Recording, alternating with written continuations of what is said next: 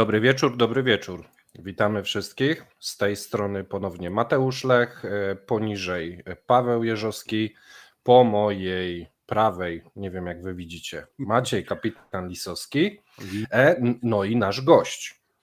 Kto nie zna, to szybko przedstawimy. Oczywiście ponownie z nami Mateusz Brącel, założyciel najpopularniejszego chyba profilu informacyjnego w Polsce na Twitterze.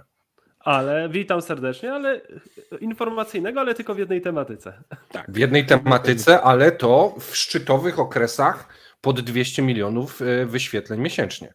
Podchodziło. Ale moment, jak w jednej? No na temat w tym momencie chyba wszystkich konfliktów na Tak, świecie. to już chodzi o piszecie. całe spektrum Nie, Więc no, kwestii jesteście obronności. bardzo popularni. Wyników Natomiast Ligi Mistrzów Mateuszu, u nas nie zobaczysz. To, co jest po twojej prawej stronie, jest zawsze po prawej stronie widzów. Tak, chciałem ci tylko podpowiedzieć. Ja nie wiem. Nie wiesz, która to jest prawa strona? Nie wiem. To obejrzyj którąś- ten film z panem Fasolą, kiedy on jest u dentysty i obraca zdjęcie. No właśnie, to wtedy będziesz wiedzieć. Okay. Podnieś prawą rękę. No, to już wiesz. No patrzcie, Maciek jest tu. O, tak, zgadza się.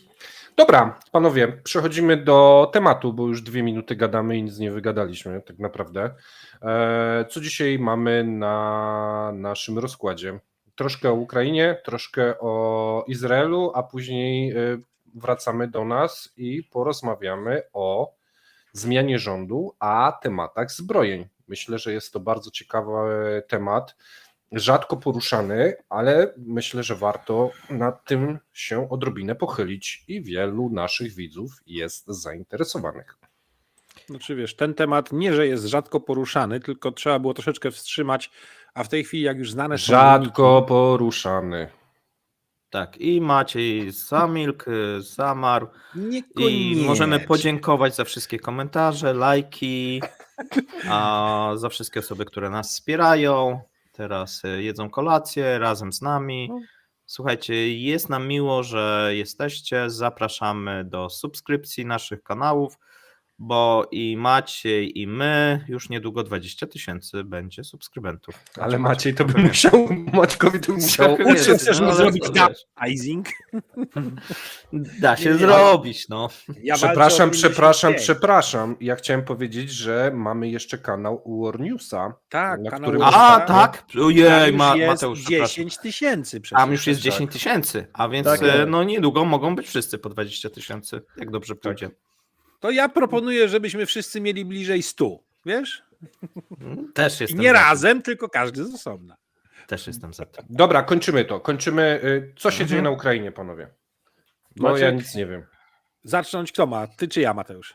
Ja z chęcią zacznę o Ukrainie. Ja mam dość dzisiaj więcej ciekawostek z Bliskiego O, Wschodu i z tego, dobra. co Izraelu i w Palestynie. Więc To ja może od zacznę... Bliskiego Wschodu zacznijmy, Mati. No może Zmienimy. to, bo to dość Doesn't mam wrażenie, że od jakiegoś czasu o wiele gorętszy temat niż To Ukraina, na pewno. co na pewno nie jest na rękę samym Ukraińcom, bo sami dbali od samego początku konfliktu, żeby to, co się dzieje na ich terytorium, było na pierwszych stronach gazet. Tak? Jak każdy z was ogląda telewizję, to widzi, że temat ukraiński po pierwsze przez wybory, po drugie przez to, co się dzieje w Izraelu i w Palestynie, schodzi z ramówki pod koniec gdzieś tam wiadomości, usłyszymy informacje, co jest niewątpliwie nie na rękę samym Ukraińcom i sami o tym mówią. Ale wróćmy do tego, co się dzieje w Izraelu, bo zanim rozpoczęliśmy naszego live'a, kilka naprawdę ciekawych informacji się pojawiło. Przede wszystkim zarówno Stany Zjednoczone, Niemcy wzywają swoich obywateli do jak najszybszego opuszczenia Libanu.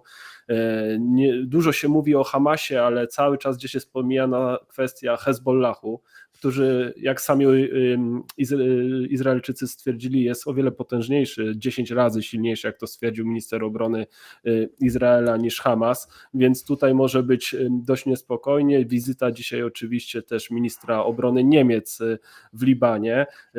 Obserwując Twittera, to tak naprawdę mam wrażenie, że duża część naszych obserwujących użytkowników, którzy śledzą portale zajmujące się tematyką tego konfliktu, liczy na to, że lada moment coś się zdarzy. No niestety Analizując materiały, które napływają z agencji informacyjnych, niewątpliwie poziom zagrożenia, eskalacji tego konfliktu wzrasta tak naprawdę z godziny na godzinę, bo tych informacji jest masa. Hezbollah się bardzo uaktywnił, tym bardziej jeszcze w ostatnich godzinach, zresztą pewnie Maciek też potwierdzi moje słowa.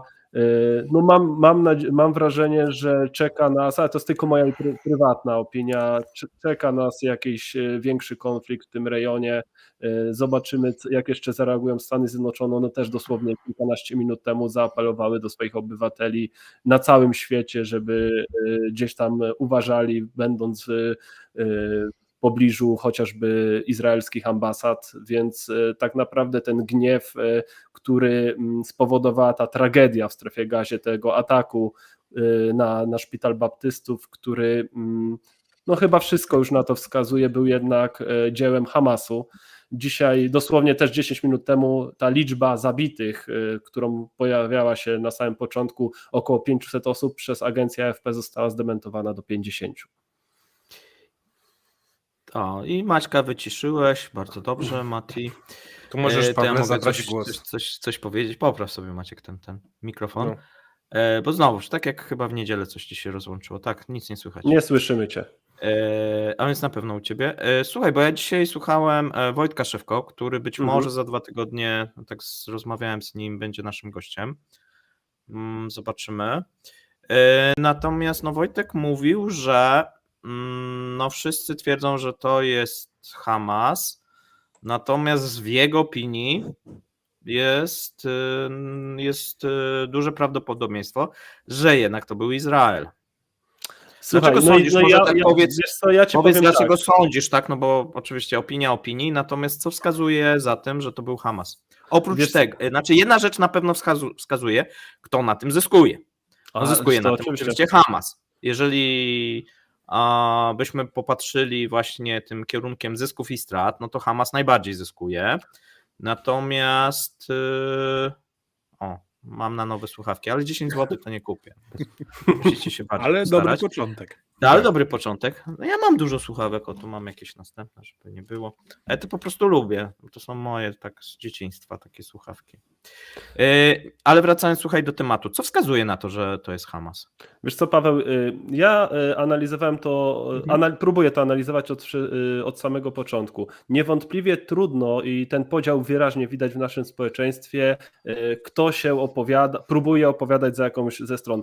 Ja nigdy nie wybielałem strony izraelskiej, bo doskonale wiemy, jaką politykę państwo Izrael prowadzi względem Palestyny od lat i to nie jest wielka I tu tajemnica. uważaj, co mówisz, bo może nam spaść program.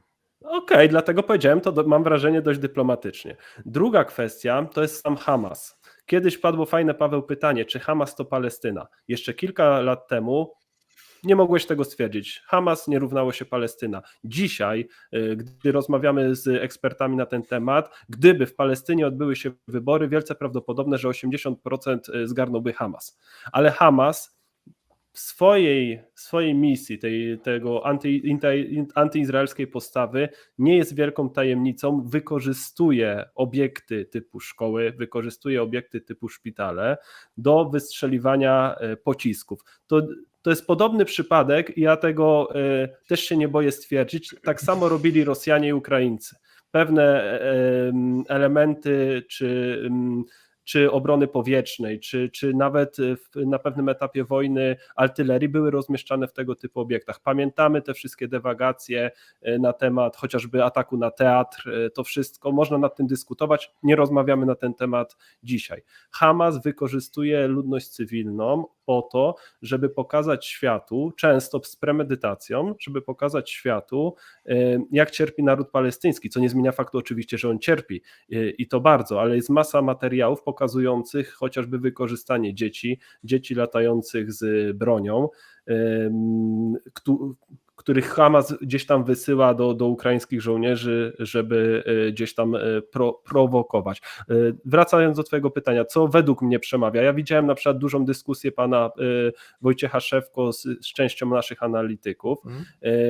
ja się tu trochę nie zgodzę, a to powiem tylko w kontrze, ale powtarzam, że to jest moja prywatna opinia. Dane satelitarne, i tu nie mówię, które udostępniała sama armia izraelska, ale które od kilkunastu godzin udostępniają też inne agencje, czy mówią o tym agencje informacyjne również, które często krytykowały Izrael w postawie. Wszystko wskazuje na to, że ten pocisk, który spadł na ten szpital, został wystrzelony z terytorium kontrolowanego przez Hamas.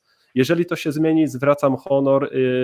Widziałem tą dyskusję na temat chociażby amunicji, którą pan Szewko mówi, która mogła być wykorzystana do tego typu ataku. Na tą chwilę, i to podkreślam, jest moja prywatna opinia, na 90% w mojej prywatnej opinii jest to sprawka Hamasu i chociażby dzisiejszy komunikat sprzed godziny agencji AFP, która mocno zaniża ilość ofiar w tym szpitalu niż to, co podają źródła palestyńskie. Ale to poczekaj, ja jeszcze, Maciek, czekaj, ty pewnie jeszcze jesteś wyciszona, więc jeszcze mam czas. Czy to nie są dywagacje i zarówno, wiesz, ze strony Wojtka, jak i twoje? Dlaczego? No bo tak, Biden już przyznał, że to jest Hamas, tak, on już jest pewny, natomiast ani nie mamy zdjęć satelitarnych, które by w tym momencie, chyba że już są, tak? No to powiedz. Zdjęcia satelitarne zostały udostępnione, ale mówię tutaj o zdjęciach satelitarnych IDF-u, czyli Izraelskich Sił Obronnych, jak to oni nazywają, Okay. które wskazują moment wystrzelenia pocisku. No tak, ale one wskazują moment wystrzelenia, jest ta rozmowa z dwóch gości. Dwóch gości, tak. Trochę to naciągane i tu akurat z Wojtkiem się zgadzam. Znaczy inaczej, to nie jest tak, że to nie jest dowód. To nie jest tak, że to nie jest dowód. Jakiś tam poszlaka jest, no bo jednak jeżeli dwie osoby rozmawiają i mówią, o, to jest rakieta, tak, no to i w tym momencie widać, że faktycznie coś startuje i można zlokalizować stąd, no to jakiś dowód poszlakowy jest, ale cały czas nie ma tych szczątków tej rakiety i nie ma no troszeczkę takiego, powiedzmy, większego śledztwa. Jeszcze powiedzmy, że to nie uderzyło w szpital, tylko chyba w parking przy szpitalu. Tak i teren, tak, to też trzeba warto. Ale no niemniej dużo osób zginęło. I tu właśnie się okazuje, że nie do końca, bo po pierwsze ten parking, na nim dalej stoją samochody, one nie zostały odrzucone siłą detonacji. Gdyby to był pocisk rakietowy takich wagomiarów, jak używa Izrael, albo tym bardziej bomba lotnicza, o co podejrzewano, bo bomba lotnicza najmniejsza ma 450 funtów, czyli 220 kilogramów w przybliżeniu, a tam była mowa o użyciu 1000 lub 2000 funtowej bomby, więc sorry Winetu, ale po pierwsze lej po detonacji byłby duży.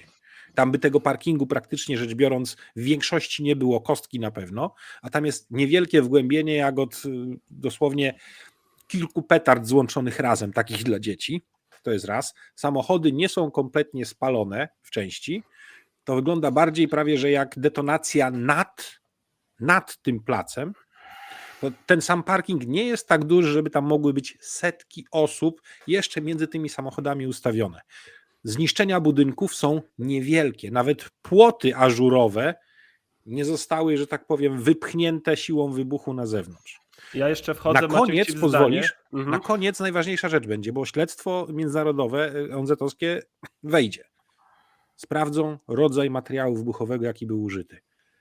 Mocno energetyczne materiały używane przez nowoczesne armie, a Izrael nowoczesną armią jest, dają się zidentyfikować, a bardzo proste materiały wybuchowe, zwłaszcza jeśli robione w zasadzie chałupniczej przez Hamas, też się radzą zidentyfikować. I to najwięcej odpowie na koniec.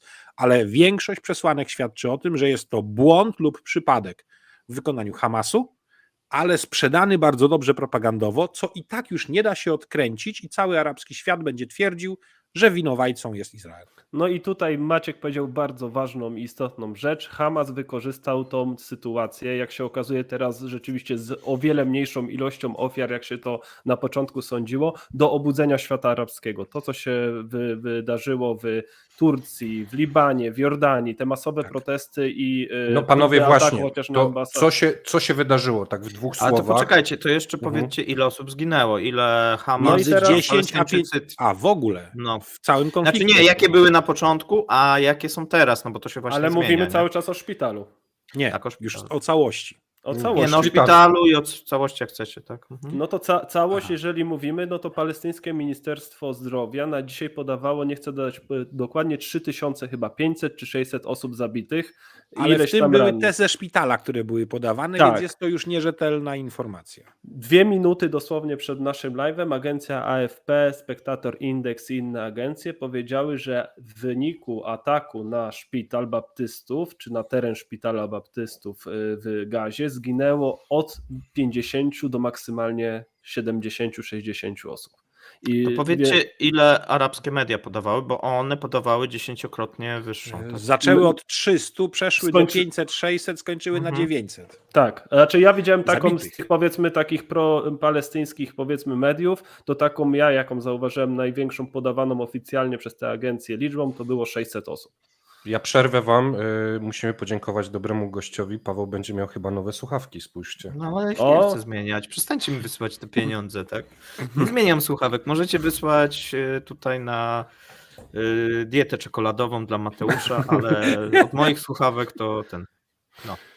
Więc jedynym Kontynuuj. tak naprawdę dużym efektem, źle to brzmi, może nie efektem, ale konsekwencją tego ataku jest takie pobudzenie propalestyńskich czy antyizraelskich manifestacji na świecie, bo przecież pamiętamy chociażby oświadczenie Hezbollahu, który wzywał dobrze pamiętam, żeby czwartek czy środa stały się takim dniem sprzeciwu wobec polityki Izraela.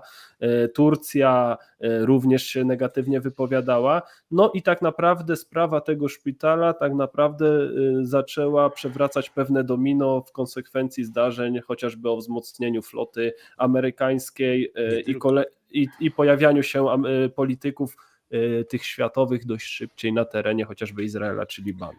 No ale politycy tacy jak Biden zjawili się i szczyt, który miał być w Jordanii, się nie odbył, został zerwany właśnie z powodu tego oburzenia świata arabskiego na ten atak na szpital. Więc odniosło to skutek również w przestrzeni dyplomatycznej i to na bardzo wysokim poziomie.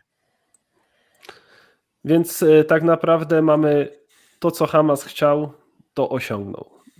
Ja jeszcze wracam, Paweł, do twojego pytania, co jeszcze może wskazywać. Jest pewne nagranie wyemitowane przez Al Arabiya, które też już jest tak naprawdę cytowane przez duże agencje prasowe. Jest to moment, w którym dziennikarze tak naprawdę nagrali moment tego startu tej rakiety i to naprawdę pokazuje, że w pewnym momencie ta rakieta prawdopodobnie, o tym też Maciek mówił, samoróbka gdzieś tam w powietrzu się uszkodziła i niefortunnie spadła, przypomnijmy, na teren szpitala, a nie uderzyła w sam szpital.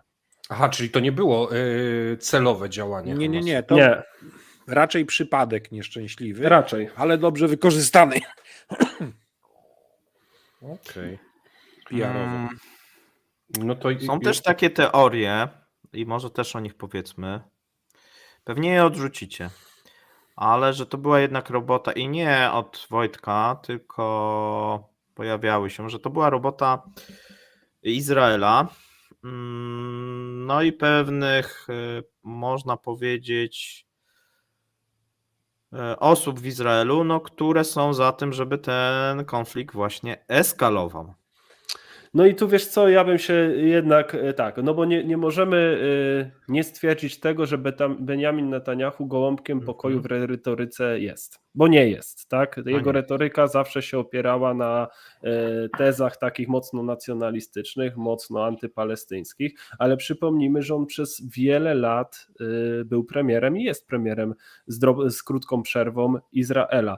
Na początku, mam wrażenie teraz, Benjamin Netanyahu tymi swoimi agresywnymi czynami, bo nie jest wielką tajemnicą, że obiekty w strefie Gazie, a także te cywilne są bombardowane przez siły zbrojne Izraela, co nie tylko stwierdzają agencje prasowe, ale także takie organizacje jak ONZ, czy Czerwony Krzyż, czy Czerwony Półksiężyc. I to nie jest wielką tajemnicą. Inną kwestią jest, czy w tych obiektach rzeczywiście znajdowała się infrastruktura Hamasu, ale niewątpliwie cierpią cywile, chociażby te ataki spowodowały masowy eksodus ku granicy Egiptu, gdzie kilkanaście tysięcy ludzi oczekuje na jakąś pomoc, ale czy Izrael zyskał na tym ataku. Ja się zgodzę z Maćkiem, więcej zyskał Hamas niż zyskał Izrael. I to jest moja prywatna opinia, czy się ze mną zgadzacie, czy nie. Ja tak uważam. Nie musimy się zgadzać. Bo Tak to jest. Ale tu jest jeszcze jedna rzecz. Jakieś siły wewnętrzne skierowane przez Izrael do środka strefy Gazy po to, żeby powiedzieć, albo raczej przeprowadzić tego typu akcje z użyciem sprzętu w jakiś sposób pozyskanego od Hamasu, to byłoby dosyć trudne w tym momencie i przecież tam każdy, kogo by w tym momencie zidentyfikowano jako Izraelczyka w strefie Gazy, mógłby raczej nie przeżyć. To jest raz. A to było dosyć chyba raczej w środku tej całej strefy, a nie na jej obrzeżach. To jest raz. Dwa. Nie zapominajmy o tym, że nie jest jedynym graczem tam Hamas. Jest jeszcze islamski dżihad, któremu pewne rzeczy kompletnie, że tak powiem, ma je w poważaniu i w nosie, jeżeli one szkodzą Hamasowi albo szkodzą Izraelowi, a oni na tym zyskują. Islamski dżihad jako bardzo radykalna sunnicka organizacja palestyńska terrorystyczna, przez którego przeszły pieniądze z giełdy kryptowalutowej moskiewskiej też na wsparcie tego wszystkiego, co już jest udokumentowane, ma swoje własne interesy i rozgrywa swoją walkę o rząd dusz w strefie Gazy. Więc tutaj aktorów jest więcej. A ja bym dodał jeszcze jedną rzecz, bo jest masa codziennych komunikatów armii izraelskiej, która niewątpliwie tego typu komunikatami, czyli praktycznie co 2-3 godzinnymi informacjami o ataku na cele Hamasu czy na cele Hezbollahu, chce przykryć to, co się wydarzyło na samym początku, czyli całkowitą kompromitację służb bezpieczeństwa Izraela. I to też jest faktem, bo to, co się wydarzyło, jest po prostu kompromitacją służb, że dopuściły do tego, że Hamas wszedł i zamordował, bojownicy Hamasu zamordowali obywateli Izraela. Paweł? A czy osobiście uważasz, bo ja tak nie uważam akurat i tu możemy się, że to jest kompromitacja, czy to nie jest jednak, i są takie teorie spiskowe, ja rzadko ulegam im, natomiast gdzieś w jakimś tam stopniu mnie przekonują. Być może się to wymknęło spod kontroli, natomiast że Izrael dopuścił do tego i że obecnemu rządowi zależało na tym, żeby coś takiego się wydarzyło. I ja tej teorii nie odrzucam.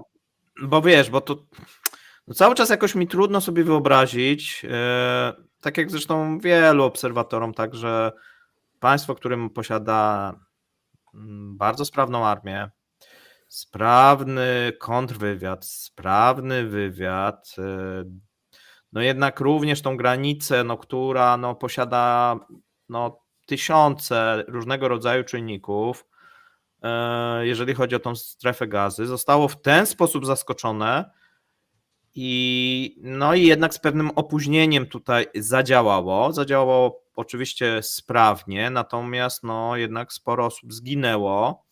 I to miało jednak wywołać, miało jakiś swój cel. Być może, wiesz, to nie było tak, że ktoś zupełnie tak idealnie to zaplanował i w którymś momencie to też się wymknęło spod kontroli. Natomiast może to było jednak sprowokowane przez obecny rząd, który miał swoje problemy. A teraz zobacz, mamy ten rząd jedności narodowej. Zobaczymy oczywiście, jak to się potoczy, bo to może też się nie potoczyć zgodnie z tymi, powiedzmy, pierwotnymi planami. Natomiast efekt był taki, że ten rząd jedności narodowej został zbudowany, i obecny premier albo przejdzie jako bohater do historii Izraela, albo nie.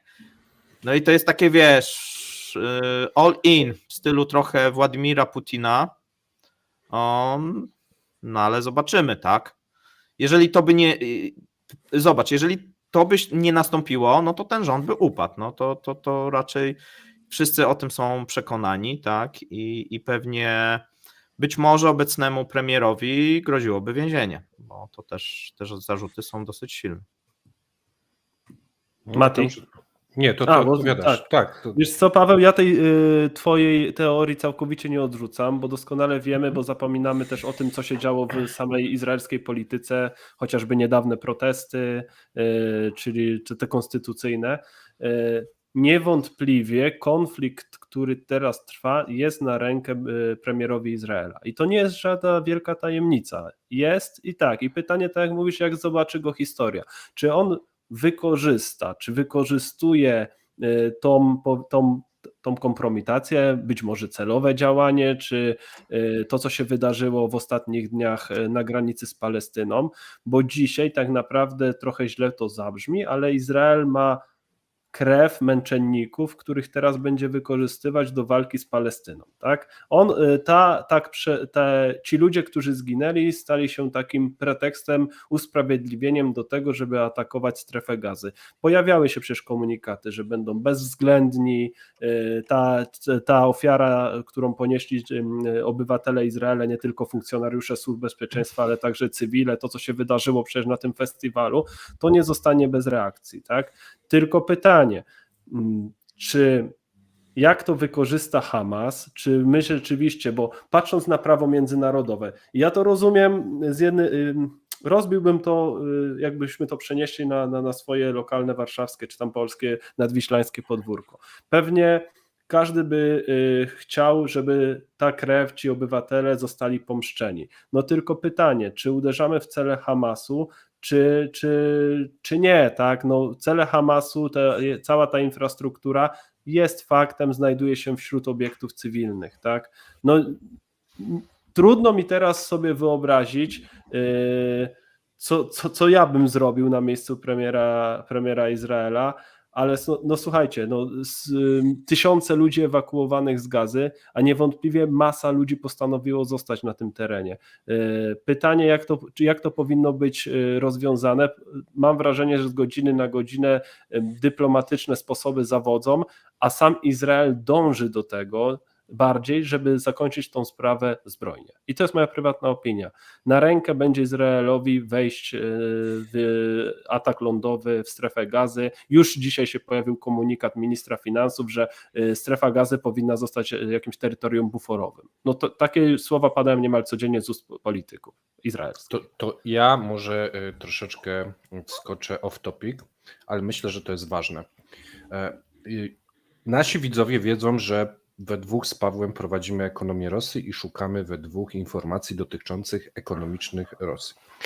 Mateusz Brącel jest częścią większej ekipy. Jak słyszycie, on sypie jak z rękawa komunikatami, ale za jego twarzą stoi też wiele osób, które te komunikaty śledzą.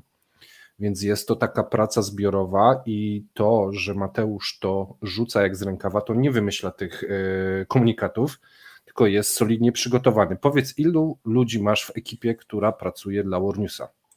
Szczerze? No. Szczerze, za Facebooka odpowiadają 2 osoby, które piszą nitki. W sumie nas jest około 6-7 osób. Gości, którzy są hobbystami, i to trzeba podkreślić. Nigdy się nie nazywaliśmy osintowcami, bo ja się bardziej nazywam newsowcem niż osintowcem. Ja analizuję, ale analizuję informacje. To jeżeli chcę sięgnąć po sprawdzone informacje dotyczącego tematu, chociażby ekonomii, to zaglądam na ekonomię Rosji. Jak chcę znaleźć jakieś analizy frontu, to zaglądam do Maćka Korowaja, naszego kolegi, którego pozdrawiam, czy do Martina.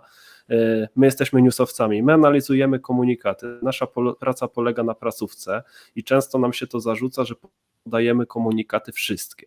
No bo ja uważam, że prawda leży często po środku. Jeżeli ja podaję komunikat Ministerstwa Obrony Federacji Rosyjskiej, to ja z niego też potrafię wyciągnąć jako osoba rozumna pewne wnioski, nie do końca patrząc na ten komunikat ze 100% wierzeniem w to, co jest w nim napisane. Ale to, co podają Rosjanie, chociażby przecież wy też śledzicie, jak często rozmawiamy, rosyjskie media i to chociażby jak one reagują na sytuację gospodarczą tego kraju, bo to są ciekawe źródła informacji i tych źródeł informacji nie można pomijać, tak? Bo gdybyśmy się skupili na jednym przekazie, to tak naprawdę obserwowalibyśmy chociażby w kontekście konfliktu ukraińskiego niewątpliwą, i ja się też nigdy tego nie wstydziłem, propagandę sukcesu.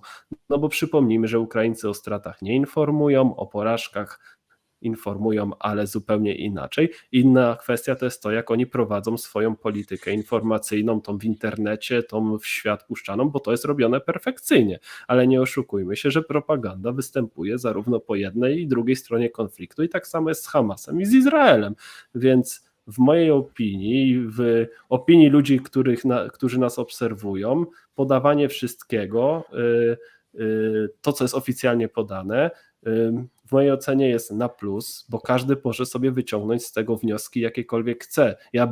Ja bardzo rzadko podaję jakieś newsy z komentarzem, bo się bardzo to rzadko zdarza.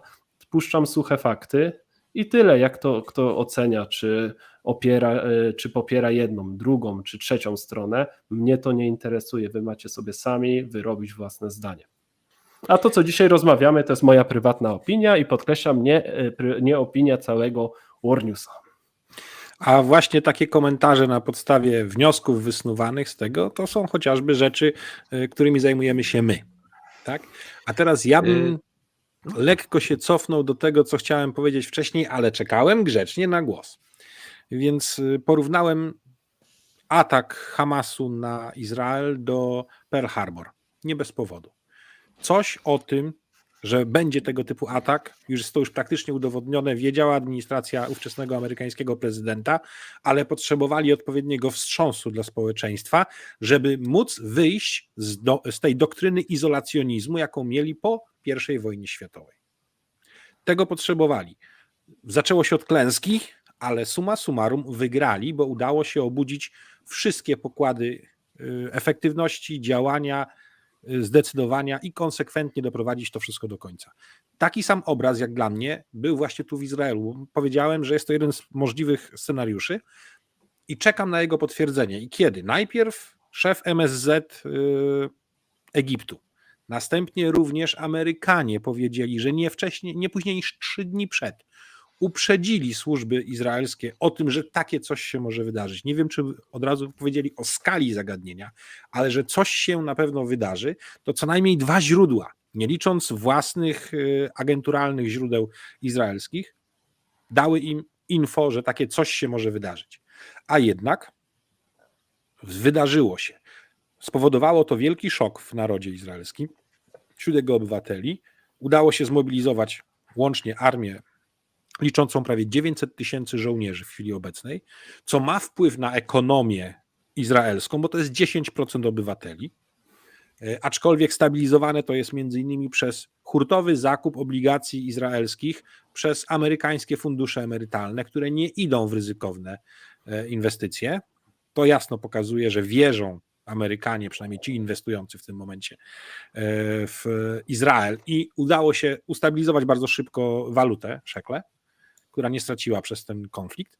Natomiast zostało to dobrze, prawdopodobnie celowo zignorowane dla wykorzystania do swojej sytuacji. I o ile ty powiedziałeś, Pawle, o rządzie jedności narodowej, który jest odsunięty na dalszy plan, bo na pierwszy plan wychodzi gabinet wojenny 3-osobowy. Premier, minister obrony i były minister obrony i oni podejmują wszystkie decyzje, co, gdzie, jak zrobią, biorą za to odpowiedzialność pełną, ale i tak nie mają innego wyjścia, bo sondaże jasno wskazują, 84% Izraelczyków pytanych mówi jasno, że za ten blamaż odpowiada Netanjahu jako taki i chcą jego ustąpienia z polityki, nie że ze stanowiska, ale z polityki nawet. Więc to się mocno odbije na Netanjahu, ale pewne cele, jakie jego prawicowe ugrupowania polityczne w Izraelu chciałyby osiągnąć, są w tym momencie do osiągnięcia, bo tą strefę gazy można albo zredukować, albo w ogóle zlikwidować, ale presja międzynarodowa też ma znaczenie. I to, że jeszcze nie ruszyli, że tak powiem, do boju celem co najmniej zmniejszenia albo i zlikwidowania tej strefy gazy, idąc od północy, zgodnie z komunikatami, jakimi nawoływali do ewakuacji ludności palestyńskiej, to jest element presji międzynarodowej oraz między innymi tego nieszczęsnego wypadku w tym szpitalu, gdzie na pewno już wiadomo, że nie było tak, jak było przedstawiane, nie taka skala ofiar, aczkolwiek sam atak, samo zdarzenie jest tragiczne, bezwzględnie. Natomiast coraz więcej krajów odzywających się w sprawie tego, co się dzieje, łącznie z Chinami, które mówią, że państwo palestyńskie powinno powstać, a to jest przecież piękna szpilka wbijana w USA, które bezwzględnie i zero-jedynkowo popiera Izrael, i USA, które skierowało 2 grupy lotniskowcowe, plus jeszcze jedna już jest grupa ekspedycyjna piechoty morskiej, jednostka ekspedycyjna, druga w drodze, czyli będą w stanie mieć tam Plus ponad... okręt dowodzenia wczoraj. Tak, plus okręt dowodzenia. Łącznie to będzie około 240 samolotów i śmigłowców gotowych do działania w każdej chwili, uzbrojonych i przygotowanych. Plus 2000 żołnierzy piechoty morskiej. W jednej jednostce ekspedycyjnej, jak dotrze druga, to będą w sumie 2 tego typu, czyli 4000 Marines do zabezpieczenia działań, jakie będą Amerykanie uważali za stosowne. I to wszystko jest po to, żeby wstrzymać działanie krajów trzecich przede wszystkim, bo Izrael z tym, co ma, poradzi sobie militarnie sam. Ma Słuchajcie, a wystarczająco to, że Izrael kazał wszystkie ambasady oczyszczać... Aha, dobra, Paweł chciał głos, przepraszam. Tak, bo tutaj jedna rzecz. To ja sobie sprawdziłem na CNN-ie. CNN podaje za amerykańskim wywiadem, że zginęło od 100 do 300 osób w tym szpitalu. To są jak gdyby najnowsze dane. Nie wiem, ile zginęło, no ale tak podają, a więc trzeba to też powiedzieć. I druga rzecz, pytanie do Mateusza i do ciebie, Maciek. Co jutro się wydarzy? Bo jutro Egipt ma otworzyć Granicę swoją w Rafah? granicę. Tak, na Rafah. No właśnie to podała państwowa telewizja oficjalnie. No nie, no tak, no to już jest pewne i Tak. mają z jednej strony ma być pomoc humanitarna, a z drugiej strony ma być ewakuacja przynajmniej części rannych, no nie wiadomo jeszcze kogo, bo ogólnie Egipt zamknął swoją granicę, też o tym powiedzmy i trochę fizycznie. fizycznie, tak, tam oni jeszcze takie jakieś bloki betonowe. Tak, postawili takie elki żelbetowe, żeby przypadkiem nie zostało to siłowo, tak, przez tych Palestyńczyków. No i trochę mamy taką sytuację, że z jednej strony te kraje arabskie sprzeciwiają się, no ale tutaj praktycznie no ta strefa Gazy no jest odcięta. Tak, no Egipt, Nie mają gdzie pójść ci ludzie. nie mają ci uchodźcy, powiedzmy, gdzie się ewakuować, jedynie w ramach tej strefy Gazy, czyli z północy na południe, czyli z tego miasta Gazy na te południowe miejscowości. Natomiast jeżeli ktoś by chciał uciec, to nie mogą do Izraela uciec i też nie mogą do Egiptu. No już innych możliwości tam nie za bardzo, no fizycznie już nie ma. I jak wy sądzicie, co jutro się wydarzy?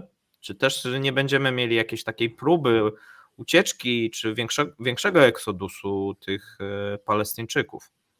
Panowie, tylko proszę krótko, bo mamy prawie 40 minut, a jeszcze mamy tematy. Tak. No to ja króciutko. Ja, Paweł, uważam, że cały czas jednak ten aspekt ludności cywilnej jest elementem pewnej rozgrywki i on jest na rękę każdej ze stron, tak? Bo jeżeli będziemy mówić o cierpieniu ludności cywilnej, to będzie na rękę Izraelowi i na rękę Hamasowi, więc ten aspekt ludności cywilnej jest bardzo istotny, on jest też wykorzystywany przez światowych polityków, wspomniany przez ciebie świat arabski, Turcja, przecież oni cały czas w swoich komunikatach i wystąpieniach mówią właśnie o ludności cywilnej, tylko zaznaczmy jedno, to nie jest tak, że cały świat arabski bezwarunkowo popiera Hamas. W pewnym momencie Hamas i sprawa palestyńska w relacjach takich unormowania stosunków z Zachodem był pewną solą wokół. Tak? Wiadomo, teraz trzeba na ten konflikt spojrzeć globalnie, o tym też Maciek wspominał, inni nasi koledzy. Chiny, Rosja, zaangażowanie świata, patrzenie opinii publicznej w zupełnie inną stronę, to jest szerszy kontekst. A może będziemy się mierzyć zaraz znowu kolejnym kryzysem migracyjnym, którym zarówno będzie grała czy Turcja, czy kraje północnej Afryki. Więc ja uważam, że jutro nie możemy się spodziewać czegoś wielkiego. Otwarte zostanie przejście graniczne, prawdopodobnie wjadą na teren Palestyny pierwsze zorganizowane konwoje. Rosjanie dzisiaj już wysłali swoje samoloty z pomocą humanitarną. Będzie to się tylko wiązać z kroplówką dla ludności cywilnej, która przeżywa teraz horror w Palestynie. Dzisiaj informacja o kolejnych zamkniętych szpitalach z powodu braku zasilania. W mojej ocenie niczego spektakularnego nie możemy się spodziewać. Ale jednocześnie pamiętajmy, że jeżeli zaczną przemieszczać tą ludność ze strefy Gazy do albo autonomii palestyńskiej na zachodni brzeg, albo na przykład do Libanu, to koresponduje to ze wszystkimi wezwaniami krajów zachodnich do ewakuacji swoich obywateli z tych krajów, zwłaszcza z Libanu i z Syrii, oraz Jordanii, ale przede wszystkim Libanu, bo wtedy należy się spodziewać wojny ze wszystkim, co na terenie Libanu jest, czyli przede wszystkim Hezbollahem oraz jakimiś frakcjami libańskimi, które tam są, bo ten kraj jako kraj upadły, to nie wiadomo z kim tam w ogóle rozmawiać. Panowie, słuchajcie, jako że 40 minut za nami praktycznie, nie wiem co nasi widzowie powiedzą, ale wydaje mi się, że łatwiej by było teraz podsumować to 2 zdaniami, a wy drodzy widzowie, dajcie znać, czy wolicie teraz Ukrainę, czy po prostu przechodzimy do Polski, a Ukrainę najwyżej zostawimy na koniec, no bo nie wiem, czy się wyrobimy czasowo. Nie? Znaczy, Więc- słuchajcie, w mojej prywatnej opinii temat ukraiński dzisiaj nie musi być, bo nie mamy tak dużo informacji, żeby coś nowego w tym kontekście powiedzieć. No to proszę Nie, no, bardzo. jest jedna rzecz. No ja mam kilka pytań. No Do to Ukrainy słucham. jest dzisiaj jedna nowa rzecz. Postanowili nowymi, świeżymi siłami wejść jeszcze raz w te same buty i powtórzyli znowu na północy bitwę pod Wuhłedarem i zostawili tam znowu nawet około prawie 30 pojazdów opancerzonych i pancernych. No, dlaczego nie? Kto No, bogatemu zabroni? możemy jeszcze powiedzieć o akcji na lewym brzegu Dniepru, ale to są Tak, naprawdę Takie małe rajdy. małe rajdy, bym powiedział, niż spektakularne. Jedynym newsem, który mnie zaciekawił w ostatnich godzinach z Ukrainy, jest news podany przez telewizję Espresso, która powołując się na jedną z deputowanych do Rady Najwyższej Ukrainy powiedziała, że odbyło się spotkanie z ukraińskimi najważniejszymi stacjami ukraińskimi, z prezydentem Załęskim, który bardzo nalegał, aby te w najbliższych miesiącach nie poruszały tematu korupcji. I to jest dość ciekawy news, no bo jak wiemy wiąże się też on z Amerykanami, ale to też nie jest temat, który moglibyśmy tam powiedzmy masowo czy tam szczegółowo omawiać, bo każdy doskonale wie, z czym mierzy się Ukraina, z jaka korupcja tam jest, my sami się z nią spotkaliśmy, chociażby wysyłając tam sprzęt. Nie jest też wielką tajemnicą, że SBU z tym procederem na razie próbuje skutecznie walczyć. A to jest ciekawe. Mam do was pytanie. Mhm. Korzystając, że nie chcecie rozmawiać o Ukrainie, to zapytam o Ukrainę. Ile Ukraińcy według was dostali pocisków ATACMS? W pierwszej transzy poszło 20. Tak, i to samo Też teraz to dzisiaj, czytałem dzisiaj. od chyba do 20 pocisków dostali, tak przynajmniej twierdził The Wall Street Journal. I według tego, co można było zobaczyć, wystrzelono dotychczas prawdopodobnie 11 z nich.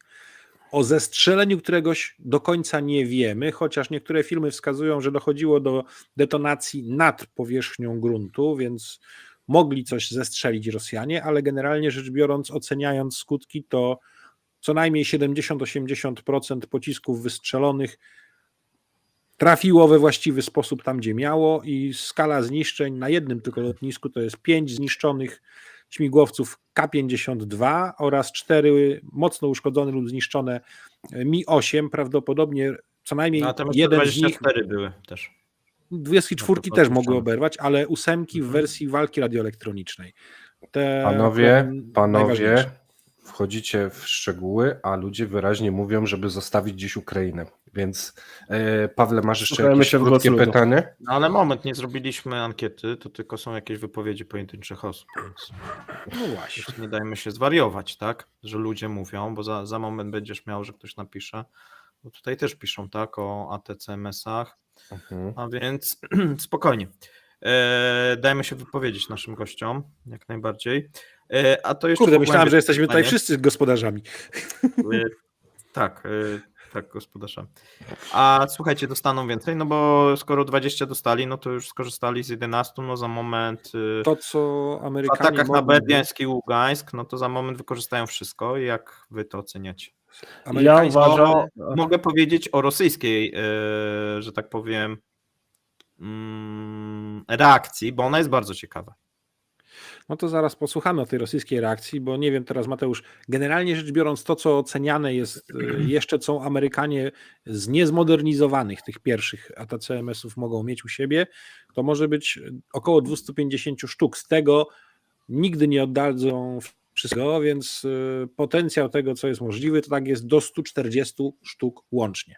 Ja nawet słyszałem o mniejszej liczbie, około 80, Powiedziałem ale do. niewątpliwie tego typu pociski Ukraińcy udowodnili, że są w stanie je sensownie wykorzystać, więc pytanie teraz, tylko wiecie, zbliżamy się do znowu pewnego okresu, który znamy sprzed roku i jak będzie wyglądać okres zimowy na Ukrainie, czy znowu gdzieś zmieni się to w wojnę pozycyjną i atak na infrastrukturę krytyczną Ukrainy, ale co trzeba zauważyć, to nie będzie tego typu sam atak, bo jak wiemy, obrona powietrzna Ukraińców znacząco się wzmocniła, więc pytanie, jak będą wyglądać najbliższe miesiące. Okres grzewczy kilka dni temu się zaczął w Moskwie, więc lada moment i zawita on już na zachodnie tereny Ukrainy, więc ja spodziewam się powtórki z rozrywki, a co na to wskazuje? Mniejsza ilość od kilku tygodni ataków właśnie pociskami manewrującymi i znaczny spadek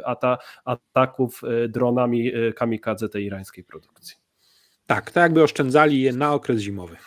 Tak. No i chyba tyle o Ukrainie, no chyba że Paweł jeszcze ciągniemy coś. No ja mam, ale już porozmawiamy o Polsce, skoro Mateusz tak bardzo chce. Ale Wiesz, dla mnie widzowie to chcą. trochę... Widzowie, słuchajcie, jesteśmy tu dla widzów. Tak, Więc tak, Mhm. to przejrzyj. Widziałem, panowie, że pojawiają się różne ciekawe informacje o tym, że nie będzie takiego zbrojenia, jakbyśmy chcieli, jak były zapowiadane. Czy to można nazwać informacjami? Na razie to są bardziej prywatne opinie co niektórych ludzi, którzy ani nie mają żadnego desygnatu na to, kim mogliby być w nowym rządzie, ani nie mają legitymacji szerokiej do wypowiadania się na ten temat. Więc ja bym był raczej jeszcze powściągliwy. Niech chociaż będzie lista nominatów niedawnej opozycji, obecnie tych trzech ugrupowań, które łącznie wygrały z PiS-em, żeby można było to traktować poważnie. Natomiast pewne wyliczanki i obawy są artykułowane i rolą dziennikarzy oraz ekspertów branży jest to, żeby przypominać o tym tak, aby przyjmijmy, że nowa władza będzie, no to, że ta nowa władza uwzględni to, co jest w tym momencie bardzo ważnym, obronnym interesem Polski. Pewne rzeczy można zracjonalizować, to chociażby z Tomkiem Lisieckim, pułkownikiem, mówiliśmy w tematach artyleryjsko-rakietowych. Pewne rzeczy można przemyśleć, czy aby na pewno, ale pewne rzeczy nie wolno z nich zrezygnować. Dotyczy to chociażby obrony przeciwlotniczej, przeciwrakietowej, nawet powinno się myśleć o przyspieszeniu tego procesu odbudowy i rozbudowy w tym zakresie. Nasze siły powietrzne też odpowiednio powinny wyglądać, marynarka wojenna też odpowiednio i tutaj polecam wszystkim zainteresowanym kolegę Tomasza Dmitruka, człowieka, który uwielbia w swoich pracach, które można poczytać na ramach różnych gazet, zajmować się właśnie kwestiami budżetowymi. I planowany budżet przyszłego roku 4,2% PKB miało iść na obronność, bardzo duże środki. I tutaj już mniej więcej chór wspólnie Koalicji Obywatelskiej, Nowej Lewicy i Trzeciej Drogi mówi o tym, że za dużo, bo trzeba to zracjonalizować. I taki głos, że za dużo, potrafię zrozumieć, ale w szczegóły jeszcze nikt z nich nie wchodzi. A Tomasz Dmitruk wyraźnie pisze, jak to mogłoby wyglądać, jak powinno by wyglądać i nie możemy sobie pozwolić w sytuacji takiej, jaką mamy za wschodnią granicą, by spowolnić tempo odbudowy potencjału naszych sił zbrojnych. I taka jest rola teraz, uważam, takich jak ja, żeby o tym przypominać, bo patrząc na ekonomię naszego kraju, jednak musimy brać pod uwagę bardzo stare przysłowie. Kto nie chce utrzymywać armii własnej, będzie utrzymywał armię cudzą. Rosja chciała, żeby Ukraina utrzymywała jej armię. Na szczęście się to dotychczas nie udało. Owszem, skala wydatków jest przeogromna, bo z budżetu państwa na modernizację w latach 2021-2035 łącznie zaplanowano wydać prawie 650 miliardów złotych, a z mechanizmów dłużnych Funduszu Wsparcia Sił Zbrojnych spoza budżetu dodatkowo jeszcze 314 miliardów złotych w latach 2021-2027. I to są przeogromne kwoty, ale przy racjonalnym podejściu i podtrzymaniu tempa rozwoju Polski są w takim horyzoncie czasowym 12 lat możliwe do zrealizowania.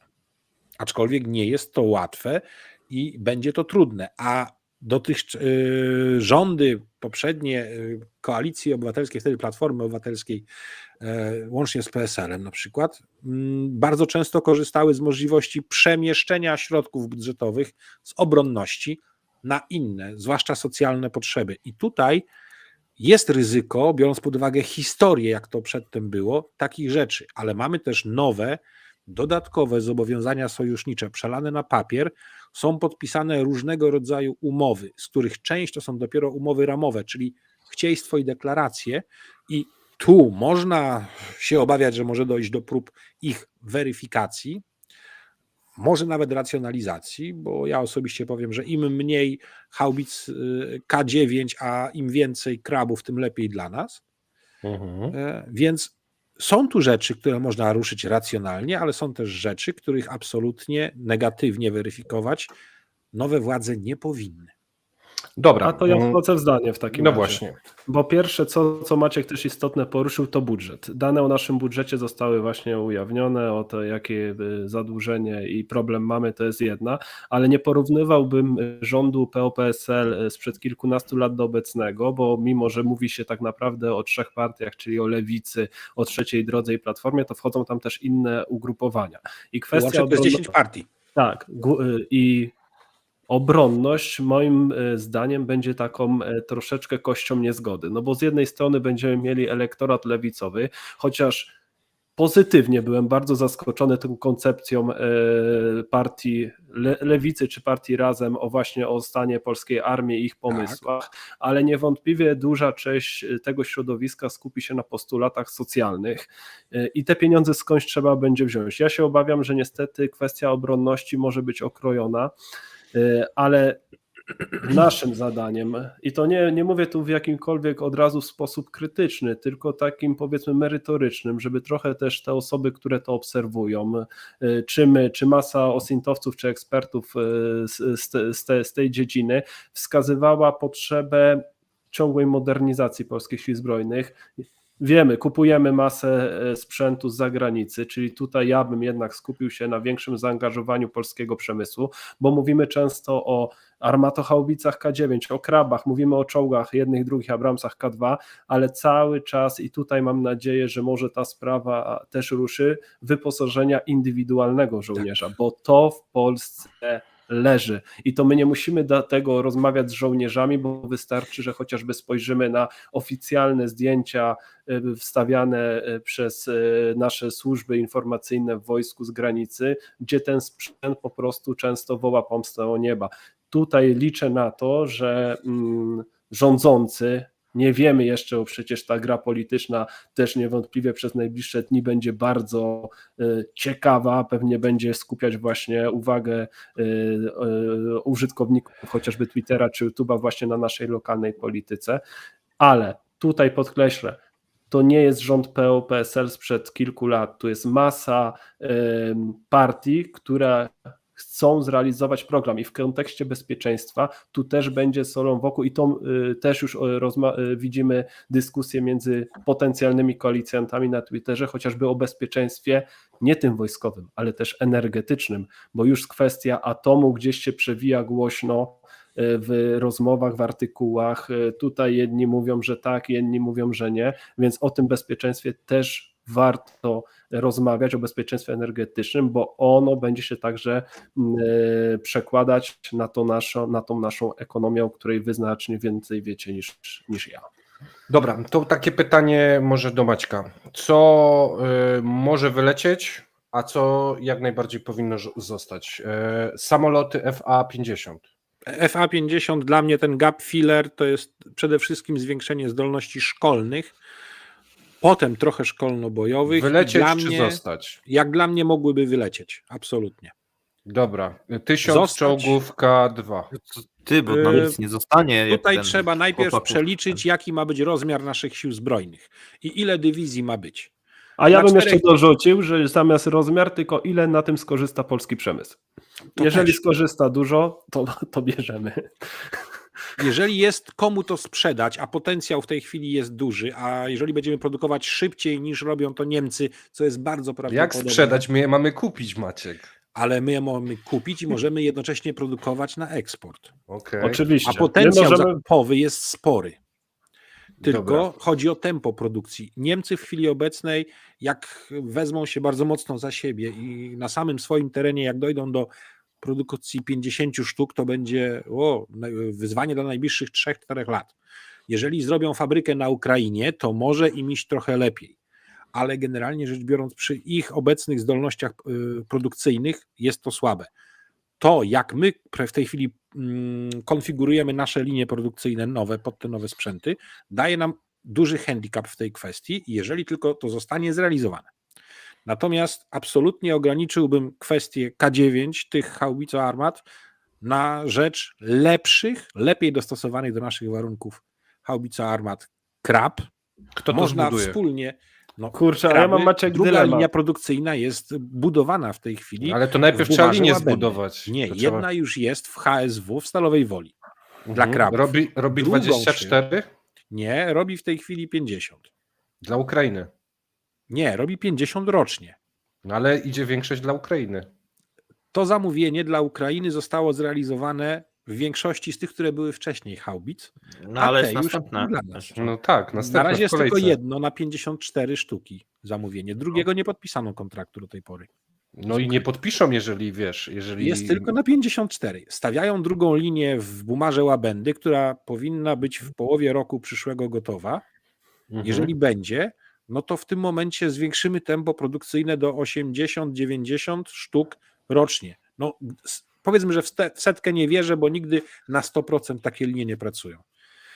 Ale tam No, jest kadra, okej. która jest odpowiednio przygotowana, żeby mogła to wszystko obsłużyć. Więc No dobra, no to wywaliliśmy już Koreę z K9. samolotów i z K9.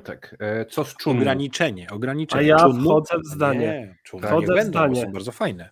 Słuchajcie, ja rozmawiałem w Kielcach z użytkownikami Armato haubicy K9 Mhm. i oni powiedzieli, żołnierze, że jest o wiele prostsza w obsłudze i w sprawach takich, w sytuacjach kryzysowych sprawuje się im lepiej niż teraz Krab. O, Ale to jest to prywatna teraz, opinia żołnierzy, z którymi rozmawiałem. Słuchajcie, my powinniśmy po pierwsze, jeżeli mówimy o zamówieniach koreańskich, maksymalnie wykorzystać to, co Koreańczycy chcą tutaj zrobić. Przede wszystkim po pierwsze dopilnować, żeby chcieli to dokończyć, tak? Bo jeżeli my mielibyśmy się jako Polska stać, powiedzmy, hubem, eksporterem tego sprzętu gdzieś indziej, no to tylko na tym zyskamy. Tego typu zamówienia, typu czołgi K2, miejmy nadzieję w niedalekiej przyszłości K2PL, wyrzutnie Chunmu, mogą być dobrą inwestycją na tym, żeby te zakłady, te inwestorzy, co było widać po targach w Kielcach, gdzie masa koreańskich firm była na tych targach, wykorzystajmy to. Ja zgodzę się z Maćkiem, w mojej ocenie samoloty, które kupiliśmy, też można by było gdzieś na bok odstawić, ale z pozostałym sprzętem ja stoję murem za tym sprzętem. Tak, natomiast jest kwestia ilości właściwie dobranych i tu kwestia ilości Armato haubic, ilości wyrzutni wieloprowadnicowych. Ile mamy mieć HIMARS Armato lub Chunmu? haubic? Ponad 700, tak? Tak Tak. jest. Jesteś ministrem obrony. Ile zostawiasz? Wiesz, Źle. ktoś to może oglądać, jakiś Tak, kandydat. ale już ci nie? To mówię. musisz... Najpierw ci podaję algorytm dojścia do wyliczenia. Mhm. Ile mamy mieć kompletnych w wojskach operacyjnych jednostek, w ramach jednostki, ile ma być danych pododdziałów artylerii, a potem dokładamy do tego rezerwę sprzętową. Najpierw miejmy dobre 4 dywizje obsadzone w pełni, albo przynajmniej w 70-80%. To może gdzie zacznijmy tylko- od tego. Ile dywizji będzie miał nowy rząd? Bo ten Nie wiem, stary chce bo jeszcze 6, nie ma nowego tak? rządu. Nie ma nowego rządu. Okej. My możemy sobie Stary teraz rząd na to już sugeruje- uwagować. Sugeruje docelowo 6, ale właśnie tu jest bardzo ważna rzecz. Na razie robienie nowych jednostek jest poprzez kanibalizację, wyciąganie kadry z jednostek istniejących, więc te jednostki na zachodzie, które przedtem były najwyżej ukompletowane, najlepsze, nagle stają się być kadłubkami. Trzeba je jeszcze odbudować, więc najpierw zróbmy mniejszą ilość dobrych, całkowicie obsadzonych w wymiarze pokojowym jednostek ze sprzętem i ludźmi, a potem budujmy kolejną. W tej chwili mamy w trakcie budowy 2 dywizje, a trzeba odbudować 3, Ja bym nie myślał realnie o robieniu już 6, dopóki nie poradzimy sobie z tymi, które teraz są osłabione przez trwającą transformację naszej armii.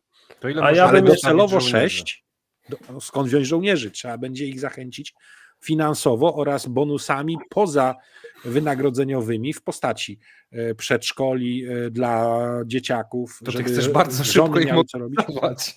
Nie, A ja mam trochę inną wizję, panowie. Ja Mhm. uważam, że rozbudowa polskich sił zbrojnych jest oczywiście na plus, zakup nowego sprzętu i zwiększanie liczebności Wojska Polskiego, zmniejszyłbym odrobinę tę ilość, ale skupiłbym się na innym aspekcie, który też często jest pomijany. Mam wrażenie, że pewnie większa część każdej rodziny, mojej, waszej, nie wie, jaki sygnał alarmowy przez syrenę w mieście, który zawyje, co oznacza. I czyli przechodzimy do obrony cywilnej. Dokładnie. Nie przechodzimy. Trzymajmy się na razie tego tematu. Tak, ale to jest też istotny wątek kwestii bezpieczeństwa, Tak. często pomijany przez wiele lat nie tylko przez jeszcze istniejący rząd Prawa i Sprawiedliwości, ale Czy i któraś z poprzedni. nowych partii o tym wspominała? Tak, Tak. w tym manifestie lewicowym, jaki był Tak. dotyczącym obronności polskiej, temat był mocno poruszony i generalnie tworząc współczesny system obronny naszego kraju, należy ponownie odtworzyć system obrony cywilnej. My nie Dobra, możemy będzie mówić, też ale nawijamy makaron na uszy po raz 6 o tym samym. Helikoptery. Kupujemy te Apache? Tak, 500 ale nie aż HIMARS-ów tyle. kupujemy? Nie stać nas na aż tyle helikopterów takich. Co do 500 HIMARS-ów, wyliczenia odsyłam do filmów z pułkownikiem Lisieckim. Nie potrzeba ich aż tyle. Raczej Okej. generalnie w mojej ocenie ilość zakupionego sprzętu powinna być zmniejszona o około 20-25%. Tak? Skupmy się na tym, żeby ten sprzęt miał być przez kogo obsługiwany. I miał Skupmy się odpowiednio na dużo tym, amunicji. Skupmy się na tym, że polscy żołnierze to nie tylko operatorzy czołgów, armatohaubic, ale także właśnie tak zwana szara piechota. I tutaj potrzebna jest masa inwestycji w wyposażenie właśnie pojedynczego żołnierza. A druga kwestia, która mam wrażenie, że wybuchnie duża dyskusja na ten temat, to będzie WOT. Bo wiadomo, jaką wygrana ta koalicja miała, jakie zdanie miała wygrana ta koalicja na temat Wojsk Obrony Terytorialnej i mam obawy, bo ja jestem akurat zwolennikiem Wojsk Obrony Terytorialnej, czy nie będziemy właśnie dyskutować w kwestiach obrony cywilnej nad tym, żeby gdzieś ten WOT jednak poszedł w odstawkę. No ale zobaczymy, co przyniosą najbliższe tygodnie, ja nie dywaguję, chociaż tą decyzję często torpedowaną uważam za wielki plus tego, że te Wojska Obrony Terytorialnej powstały, bo w tych sytuacjach kryzysowych, mówię tutaj chociażby o powodziach czy innych kwestiach, ci żołnierze się sprawdzili. Ja jak najbardziej podpisuję się pod tym, że sprawdziła się koncepcja Wojsk Obrony Terytorialnej, ale zdecydowanie należy zmienić kolejność zaspokajania potrzeb, jeżeli chodzi o wojska i postawić przede wszystkim na wojska operacyjne, żeby tam szedł w największej ilości nowy sprzęt, a nie tylko pod publikę, PR-owe ścianki, zdjęcia, najpierw do WOT-u. Tą tendencję należy odwrócić, ale Wojska Obrony Terytorialnej jak najbardziej w takiej elastycznej formie, w jakiej są, zostawić i podtrzymywać. Pawle? No dobrze. To ja wam wszystko to zburzę. I Bo nas na to ten nie stać? Pomysł Mateusza. Nie. W mojej ocenie to, czy będziemy cokolwiek kupować, znaczy część decyzji już zapadła i trzeba będzie je realizować, czy się chce, czy się nie chce, bo są pewne zobowiązania i są pewne kary. Więc to nie jest tylko tak, że sobie tam coś wymyślimy, obetniemy, nie? To różnie będzie w przypadku różnych kontraktów, natomiast czy one będą realizowane, zależy... O, i tutaj zostałem sam. Nie chcecie słuchać. Maciek wypiera. powiedział, że nie. Nie, Maciek już starczy. uznał wyparcie. Zależy od konfliktu w tym momencie za naszą wschodnią granicą. Bo jeżeli byśmy mieli sytuację, że Ukraińcy na przykład by wygrali albo coś by się przewróciło, a kiedy mogliby wygrać? No pewnie jakby się coś przewróciło w Rosji, nie? Na przykład ktoś w toalecie na mydle, tak, na Kremlu, no i nastałby jakiś rząd i mamy bardzo taki optymistyczny scenariusz, no w tym momencie akurat Wszyscy by zaczęli mówić i obecny rząd, że niepotrzebne są nam takie zbrojenia i społeczeństwo by to kupiło.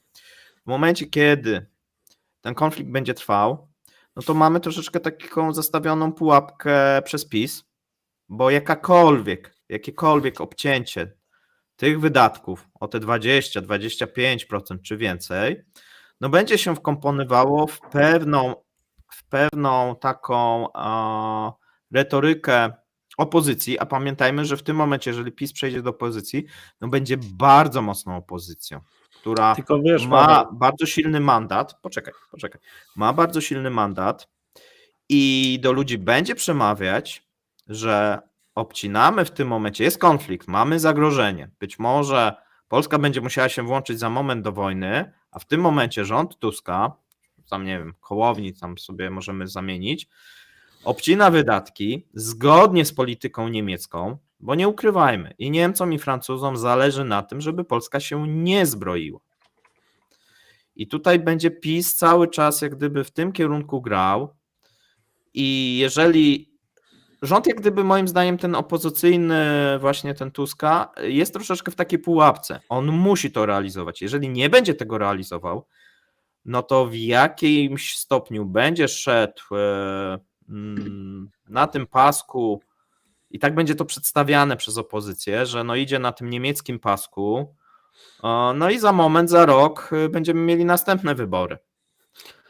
Jeżeli, no bo jest zagrożenie, rząd wszystkie te dobre rzeczy, które tutaj zostały zrobione, ten nowy storpedował, a nadal PiS ma prezydenta, więc w mojej ocenie nie ma wyboru. I też jest pewnym fałszem, bo często się porusza i to moim zdaniem lobby takie proniemiecko, profrancuskie to poruszało, że Polski nie stać na taką ilość, że to jest wszystko za drogie.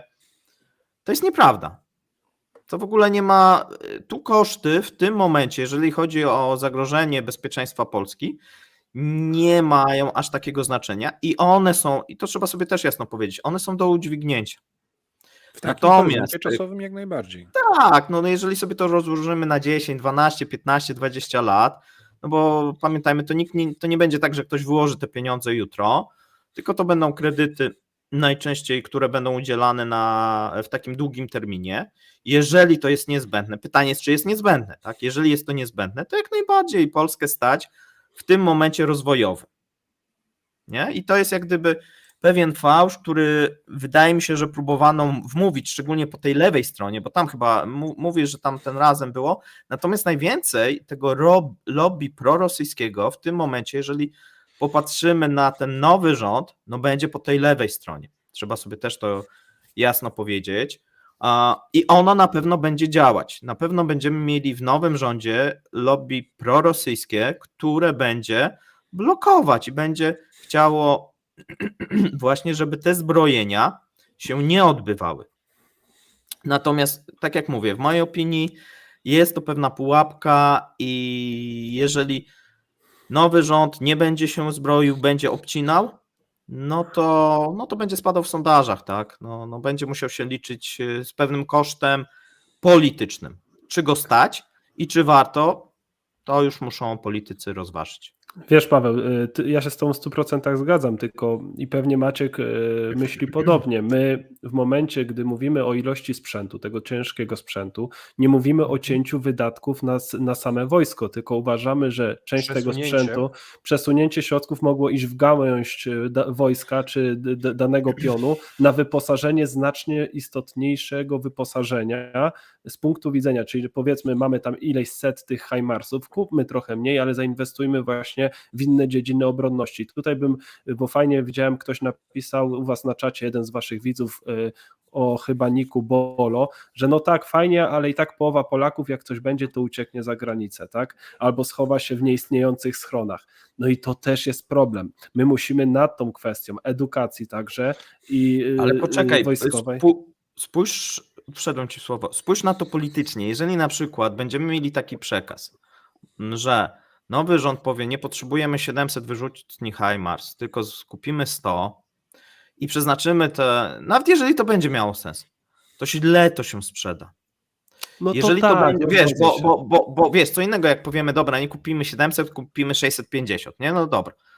Ale jeżeli, wiesz, coś zamieniamy, to musi być bardzo jasny przekaz, że na tym nie stracimy. No bo wiesz, no co będzie robiła opozycja? Będzie opozycja mówiła, no zobaczcie, jakbyśmy my rządzili, Polska byłaby bezpieczna, mielibyśmy 700 HIMARS-ów. To jest takie dla ludzi zrozumiałe. A No oni tak, ale to jest rządzą... błędne koło, jak patrzysz na to nie jako Okej. Szary Kowalski, nie? Ale Ale- to o to chodzi w Okej. polityce, nie? Że O to chodzi w odkładasz tą, polityce. świnkę na Nie. następny czas, nie? Ja wiem, że No. lepiej brzmi 500 HIMARS-ów niż 300, wiem, że lepiej brzmi kupujemy Tak. Apache niż inwestujemy co innego, tylko ja się z tobą Oczywiście. w 100% zgodzę, że kością niezgody będzie bezpieczeństwo i część środowiska lewicowego będzie chciała przesunięcia tych środków No o tym mówię. nie wewnątrz środków dotyczących bezpieczeństwa, tylko na kwestie związane z edukacją czy ze sprawami światopoglądowymi. I tu będzie problem i to daje dużą kartę, powiedziałbym nawet jokera czy asa opozycji, czyli wszystko na to wskazuje PiS-owi, może być oczywiście inaczej, że kwestia bezpieczeństwa dalej przez najbliższe miesiące będzie jedną z ważniejszych kart w polskiej polityce. I tak uważam. I tutaj nie ma dobrych rozwiązań, bo wiesz, jeżeli teraz do głosu dojdą dziennikarze, którzy często negatywnie, ci polscy, wypowiadający się o polskim przemyśle i o jego sile, czy tam o jego produkcie, to rzeczywiście będziemy mogli w najbliższych miesiącach obserwować więcej artykułów pokroju tych o grocie, który każdy z nas zna, tak? Bo zaraz będzie prawdopodobnie negocjacje włączenia w jakieś europejskie projekty i w mojej ocenie być może zamkniemy sobie dość fajną furtkę w postaci tych zagranicznych inwestycji, bo zaraz, tak jak sam wspomniałeś, może tutaj wejść lobby bardziej proniemieckie i profrancuskie i te przemysły obronne tutaj będą chciały coś ugrać niż te, które teraz gdzieś tutaj wielkie pieniądze zainwestowały. To teraz ja spróbuję coś dorzucić. Racjonalizacja pewnych wydatków jak najbardziej tak, nie da się tego uniknąć. Poważna kwestia tego, czy w końcu w kierownictwie Ministerstwa Obrony nie powinien być ktoś z doświadczeniem wojskowym po raz pierwszy od lat. To jest kolejne moje pytanie miało I być, no ale dobra. tutaj na giełdzie pojawiają się dwa nazwiska, czyli generała Różańskiego oraz z chwilą zakończenia służby, to mówimy o 3 miesiącach niecałych, generała Andrzejczaka. Każdy z nich ma, uważam, odpowiednie przygotowanie i wiedzę, ale to jeden z nich ma bezsprzecznie świetnie wyrobioną markę wśród naszych zachodnich sojuszników i tego bym się trzymał. Co do tych wszystkich wydatków budżetowych, tego wszystkiego, Paweł, w sumie poparłeś moje słowa o tym, że jesteśmy w stanie to udźwignąć w odpowiedni sposób, ale należy to odpowiednio właśnie przyciąć w niektórych miejscach, a nowe rzeczy na listę priorytetów włożyć, zwłaszcza te w zakresie indywidualnego wyposażenia żołnierza, bo wojna na Ukrainie pokazuje, jak to jest ważne. A ja teraz dorzucę coś od siebie, tak absolutnie prawie że prywatnie. Dawno temu, rok temu zrobiłem materiał o dronach, polskich firmach, o tym, co się w polskich firmach dronowych, droniarskich dzieje. To powiem tak, w tym tygodniu udało mi się nagrać materiał z 3 prezesami polskich prywatnych firm projektujących i produkujących drony. I czymś, co pogodzić może rozbuchane trochę wydatki ustępującego rządu, podejście bardziej zachowawcze prawdopodobnego rządu nadciągającego w zakresie wydatków na MON jest to, co nasz przemysł własny, i to w tym wypadku przede wszystkim prywatny, jest w stanie zaoferować dla skokowego zwiększenia zdolności obronnych oraz zdolności ofensywnych w przypadku pocisków lub czegokolwiek latającego dalekiego zasięgu, są zrobić w stanie. Ten materiał w tej chwili już będzie uzbrajany w materiały fotograficzne i filmowe, żeby pokazać potencjał i zdolności 3 z 5 najciekawszych prywatnych polskich firm w tym zakresie. I jeżeli odpowiednio przeznaczymy środki na badania i rozwój, to jesteśmy w stanie w bardzo krótkim czasie osiągnąć to wszystko, co w tej chwili w bólu i krwią płacąc za to, nauczyli się o dronach, ich budowaniu i funkcjonowaniu Ukraińcy, a dołoży do tego to, co posiadamy w zakresie dostępu do zachodniej technologii i techniki i z polskim zmysłem do interesu i kombinatorstwem połączyć i można uzyskać spektakularne, dużo lepsze zdolności i wesprzeć nasz system obronny w ten sposób. Ten materiał będzie leciał, no nie wiem, czy się uda na wtorek go zrobić, bo trochę obróbki i wszystkiego jest. Będą fajne zwiastuny i powiem tak, powiedzieć, że polskie firmy z tej branży nie mają się czego wstydzić, to jest delikatny eufemizm. Jesteśmy w stanie zadziwić świat, bo niektórzy współpracują z DARPA, czyli z Agencją Zaawansowanych Programów Wojskowych USA. Tam ich zauważono, a nasz MON nie był w stanie zbytnio z nimi rozmawiać, że potrafią robić drony, które jednocześnie latają, pływają i jeżdżą, a jak poszli do konkursu robionego przez MON, to ale my chcemy dron latający. A to znamy firmę. Ale ten dron znamy. lata. Nie, on też lata, bo on jeszcze jeździ i pływa, a my takiego nie chcemy. No i tu Maciek wspomniał bardzo istotną rzecz. Zresztą wiemy o koledze, bo to nasz wspólny kolega, który tego typu drony gdzieś tam produkuje, ale to nie jest tylko i wyłącznie kwestia chociażby przemysłu związanego z produkcją dronów. Jest masa Nie. polskich, prywatnych firm, które produkują świetne rzeczy, które są wykorzystywane w Stanach, w Izraelu, a u nas, gdy mówimy polski przemysł obronny, mamy na myśli tylko tych dużych państwowych graczy. Pomijamy gdzieś naprawdę potencjał, który leży tak naprawdę na ulicy w naszych obywatelach. Zainwestujmy nawet tą część tych środków obronnych właśnie w rozwój tego typu projektów i w zaangażowaniu, tak jak to robią Amerykanie z prywatnymi firmami, z wybitnymi studentami naszych uczelni i wykorzystajmy to, czego te firmy, bo często te firmy podróżują tam, gdzie trwa konflikt. One są na Ukrainie praktycznie od pierwszego dnia i na bazie doświadczeń ukraińskich, na bazie doświadczeń właśnie tych żołnierzy ulepszają swój sprzęt, ale często się potem spotykają w Warszawie z tak zwanym u nas w kraju betonem. I to jest problem. Wiele środków tych właśnie przeznaczonych na obronność powinna iść także we wsparcie polskiego nauczania technicznego i wykorzystywaniu tych pomysłów, które często są nam podbierane. Słuchajcie, ja się spotkałem raz z ciekawą informacją.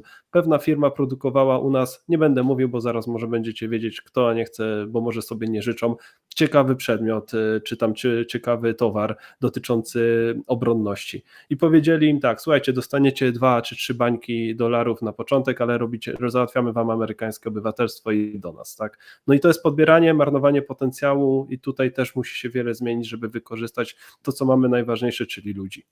Dobra, słuchajcie, to czekajcie, bo płyniemy w chcemy aby i żeby było ślicznie i co trzeba zrobić, a bardziej by mnie interesowały konkrety i co się będzie działo z Polską Grupą Zbrojeniową, bo ona się konsoliduje, a jednak informacje są od nowych rządów, że nie chcieliby dużych molochów państwowych.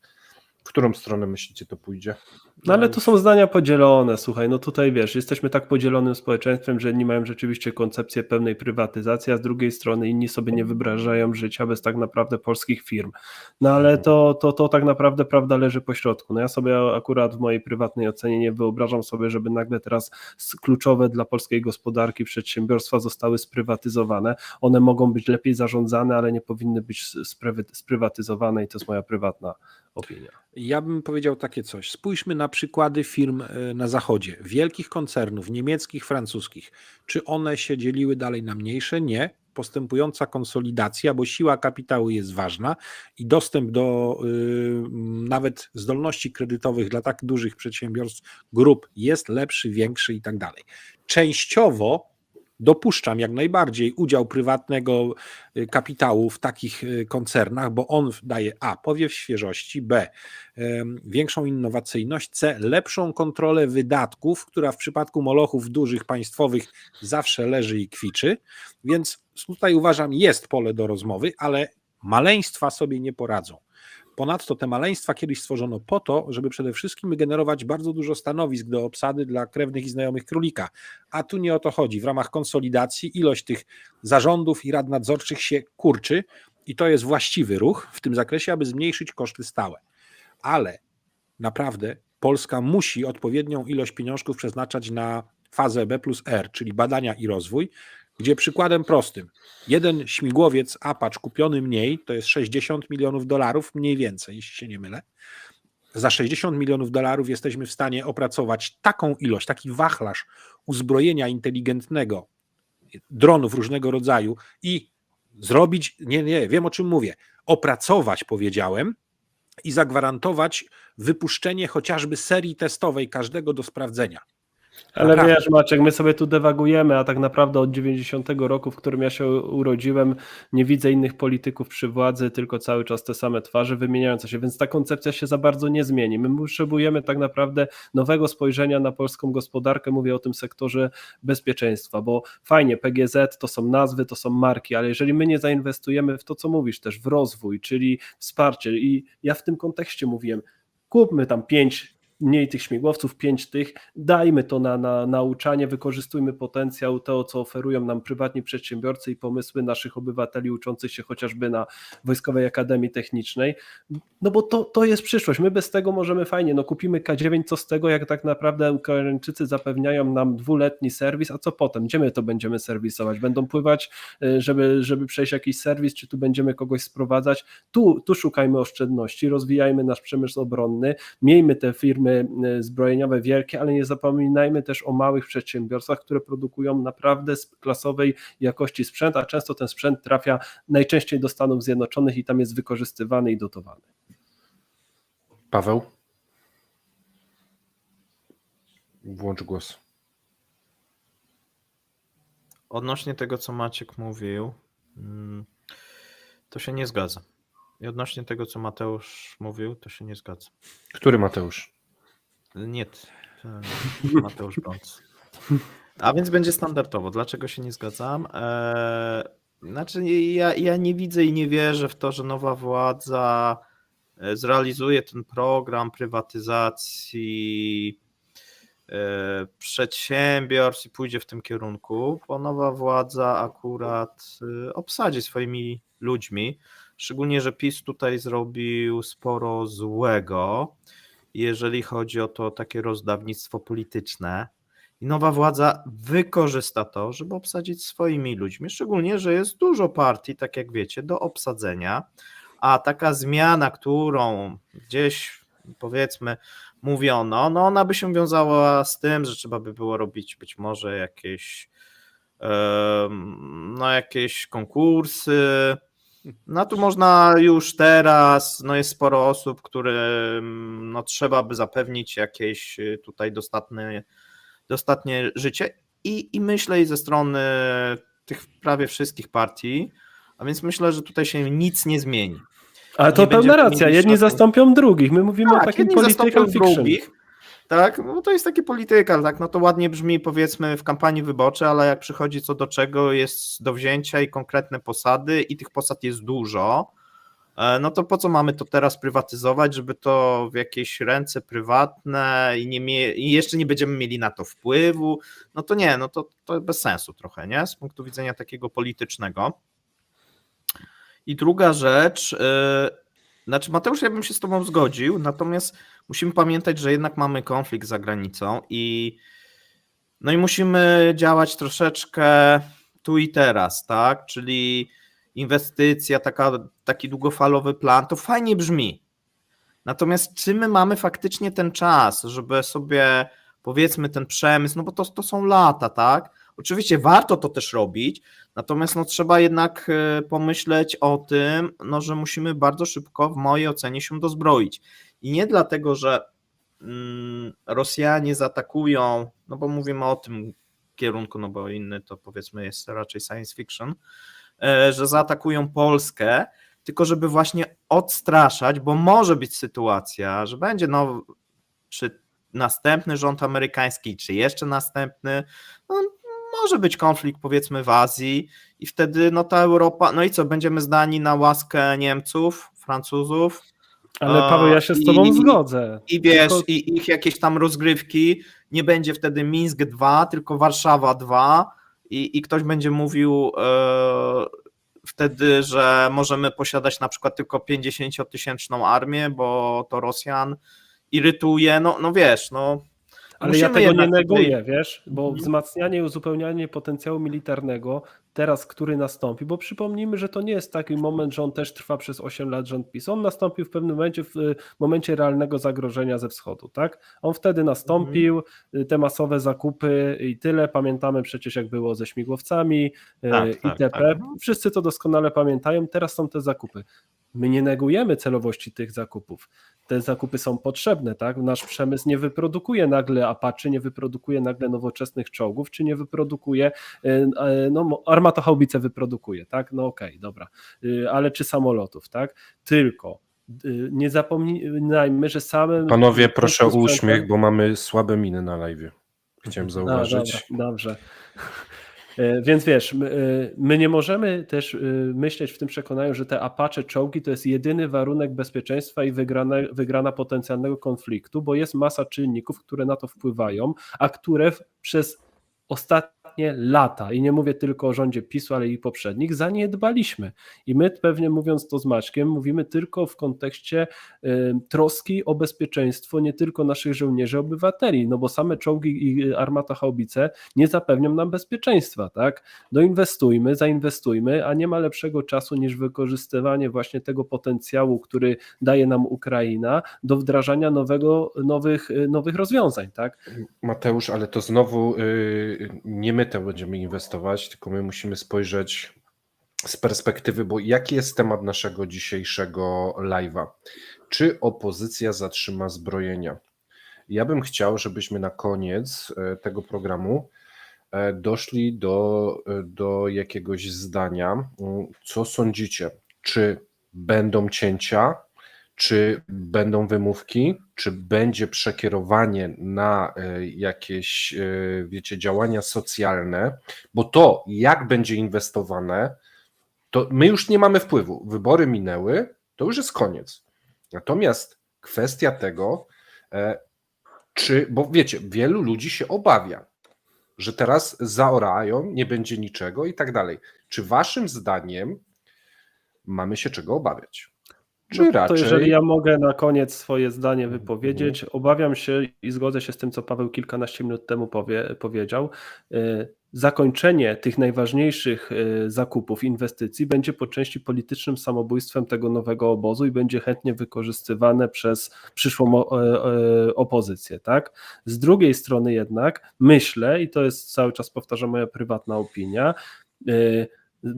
zrezygnujemy z części zakupów na rzecz takiego zaangażowania się tutaj innych podmiotów. Mówię tutaj o innych opcjach, czyli być może tutaj będą jakieś zakupy i jakaś współpraca z innymi ośrodkami, mówię tu o Paryżu czy o Niemczech. Czyli nie zatrzymanie, tylko ewentualnie zmiana Myślę, że na pewno będzie ograniczenie i tutaj moja prywatna opinia, obawiam się o tym, że kością taką dużą niezgody może być WOT i on tutaj dużo ucierpi. Niestety. Co do tych zakupów z Amerykanami, wątpię, żeby przyszły rząd narażał się również administracji Joe Bidena, która przecież też miała pewne zgrzyty między Francuzami a Niemcami, one były doskonale widoczne, ale pewnie będzie tu część także projektów otworzą furtkę na rzecz Paryża i Berlina. Ja z kolei bym powiedział takie coś. Spodziewam się pewnych ograniczeń, jeżeli chodzi o kierunki nakładów, pewnego zmniejszenia ilości niektórych rzeczy, ale paradoksalnie spodziewam się w większym stopniu zwrócenia się w kierunku własnego przemysłu.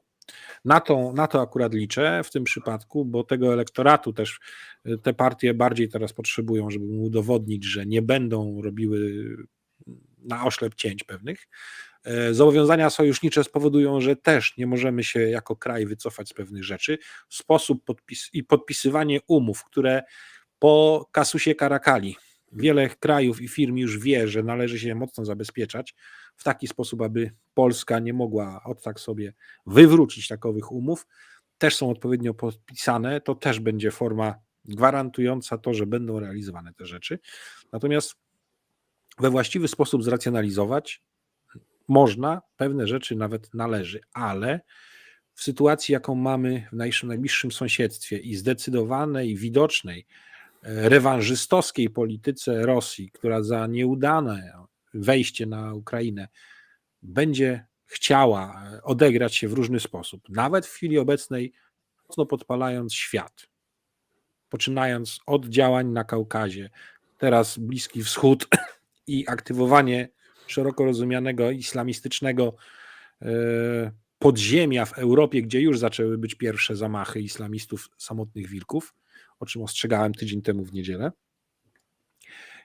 powoduje, że jako taki dla zachowania poczucia bezpieczeństwa Polaków nie można sobie pozwolić na pełne, takie jak to kiedyś bywało, transfery od obronności i bezpieczeństwa do socjalu. Zresztą przypomnę, że sztandarowe hasła obecnych władz, już przypominane w tej chwili, mówią o likwidacji z nadmiernie rozbudowanego systemu wsparcia socjalnego. W związku z powyższym nakłady na to zapewne powinny się zmniejszyć, ale to już zostawiam politykom, którzy będą tworzyć obecny najprawdopodobniej rząd, ale przypomnę, istnieje wysokie ryzyko tego, że będziemy się widzieć przy urnach na początku przyszłego roku, ponieważ realistycznie ujmując, 30 dni na pierwsze posiedzenie Sejmu, potem 14 dni na to, aby wskazany przez prezydenta kandydat przedstawił rząd, następnie ten rząd ma 14 dni na to, żeby uzyskać wotum zaufania od parlamentu. Jeśli tego nie uzyska, procedura się powtarza, ale w międzyczasie już parlament może, korzystając z punktu 3 artykułu 154 Konstytucji, przygotowywać własnego kandydata na premiera i rząd dla niego i wtedy przy odpowiedniej ilości obstrukcji prezydent ma obowiązek wskazać na premiera osobę wybraną przez parlament, a jeżeli by i do tego nie doszło w trybie przewidzianym,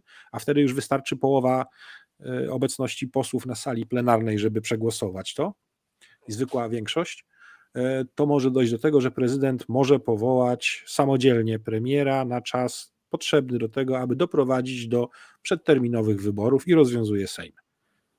Taka opcja jest możliwa, to jest opcja atomowa, bym powiedział, jest możliwa, powtórzenie wyborów. Mówię od pół roku, że to się może zdarzyć. Na razie patrzymy na to, że dla stabilności pewne rzeczy w polityce, zwłaszcza obronnej, muszą od teraz na przyszłość stać się wspólnym mianownikiem wszystkich sił politycznych w Polsce, bo nie mamy innego wyjścia. Pawle, kręciłeś głową, ale włącz mikrofon. Tak, bo ja kręciłem głową, bo to nie jest tak. No, parlament może desygnować premiera, rząd. Jeżeli bym się czegoś obawiał, to Ale kwestii nie od razu, najpierw robi to budżetu. prezydent. No dobrze, ale potem powiedzmy tam minie. To nie jest tak, że prezydent jest może mało czasu na uchwalenie ustawy budżetowej. Jest kwestia jedynie budżetu, ale jak trzeba, to powołają. Za dużo w tym momencie, te wszystkie partie mają do wygrania, za dużo do stracenia. Jak w życiu, no wszystko się może zdarzyć. Natomiast jeżeli ja bym coś tutaj na koniec chciał powiedzieć, no to wydaje mi się, że to jak to będzie wyglądać, znaczy ja nie obstawiam, że będzie rozwiązanie parlamentu, bo to jest takie bardzo, znaczy mało prawdopodobne, jakiś scenariusz jest, ale jeżeli już byłoby rozwiązanie, to dopiero za jakiś czas, tak, powiedzmy za rok, półtorej, kiedy te partie zdążyłyby się już pokłócić o różne rzeczy i poczułyby również władzę. Nie, one się będą kłócić, tak? Natomiast wiesz, to na zasadzie jest, każdy ma jakieś oczekiwania i dopiero jak te oczekiwania nie zostaną spełnione za jakiś czas, no to wtedy będą te napięcia, ktoś coś dostał, ktoś czegoś nie dostał, tu ma swoich ludzi i tak dalej, i tak dalej. Ta sytuacja musi dojrzeć, a w tym momencie wydaje mi się, że to, co będziemy widzieć, to będziemy widzieć, że po pierwsze opozycja przyjmuje władzę, będziemy atakowani w mediach informacjami, jak Polska jest zadłużona, jak mamy ten dług pozabudżetowy, jak jest źle, czyli będzie na zasadzie, kto wam, tak jak przychodzi do was fachowiec, nie, i tam coś chcecie wymienić. To panu tak, Panu to tak, no i tak ten polski rząd nowy będzie próbował wszystkich przekonać. I tutaj media, te prorządowe będą tutaj bardzo ostro działać. Mam tylko taką obawę, żeby nie przesadzili, bo czasami można z tym przesadzić, bo potem trzeba będzie coś zrobić, nie? Czyli już ta faza, że jest źle, do fazy działania, no i wtedy... Od źle to jest bardzo dobrze 3 miesiące, nie? Wiesz, no bo tak można tak, że jest źle, kto tak, nie? No ale tu potem trzeba coś jednak zrobić. A więc że jest źle, no to właśnie tutaj się na pewno nie pokłócą. Potem jak zacznie się coś robić, no to wtedy będziemy mieli taką sytuację, że uruchomi się to lobby proniemieckie i będą moim zdaniem różnego rodzaju takie pomysły, że może coś tam można się z czegoś wycofać, coś zamienić, tu coś ludzie się śmieją, że nie K2, tylko Leosie, to akurat myślę, że nie, ale tego typu rzeczy będą próby. Bo Ja myślę, że wejdzie to w energetykę i tego jestem przekonany. będą próby i zobaczymy gdzie, tak? No my jest jak gdyby trudno też określić i podawać takie przykłady, bo będziecie rozliczać, że tak powiedziałem, a to może być dynamicznie zależne od różnych jakichś tam przypadków, ale takie próby będą, szczególnie, że ten nowy rząd będzie podatny na wpływy z Unii Europejskiej, no i nie oszukujmy się, z Berlina, tak? Tutaj nie na darmo Niemcy się tak mocno cieszyli po przegranej PiS-u, żeby nie mieć pewnych nadziei związanych z nowym rządem. Czy one się okażą właściwe? Zobaczymy, bo jeszcze nowy rząd będzie musiał wyważyć z jednej strony tą taką proniemieckość, która będzie naturalna, z jakimś rozsądkiem politycznym. No bo nie mogą też jak gdyby przesadzić, no bo za moment będzie scenariusz Maćka, że się pokłócą, zrobią wybory, no i przegrają te wybory, tak? A to też nie o to chodzi, tak? W tej polityce. Tu A słuchajcie, zaczęli się już kłócić o aborcję, no po prostu ręce a ja upadały. powiem słuchajcie, tak, a to odpływamy, jest tak odpływamy.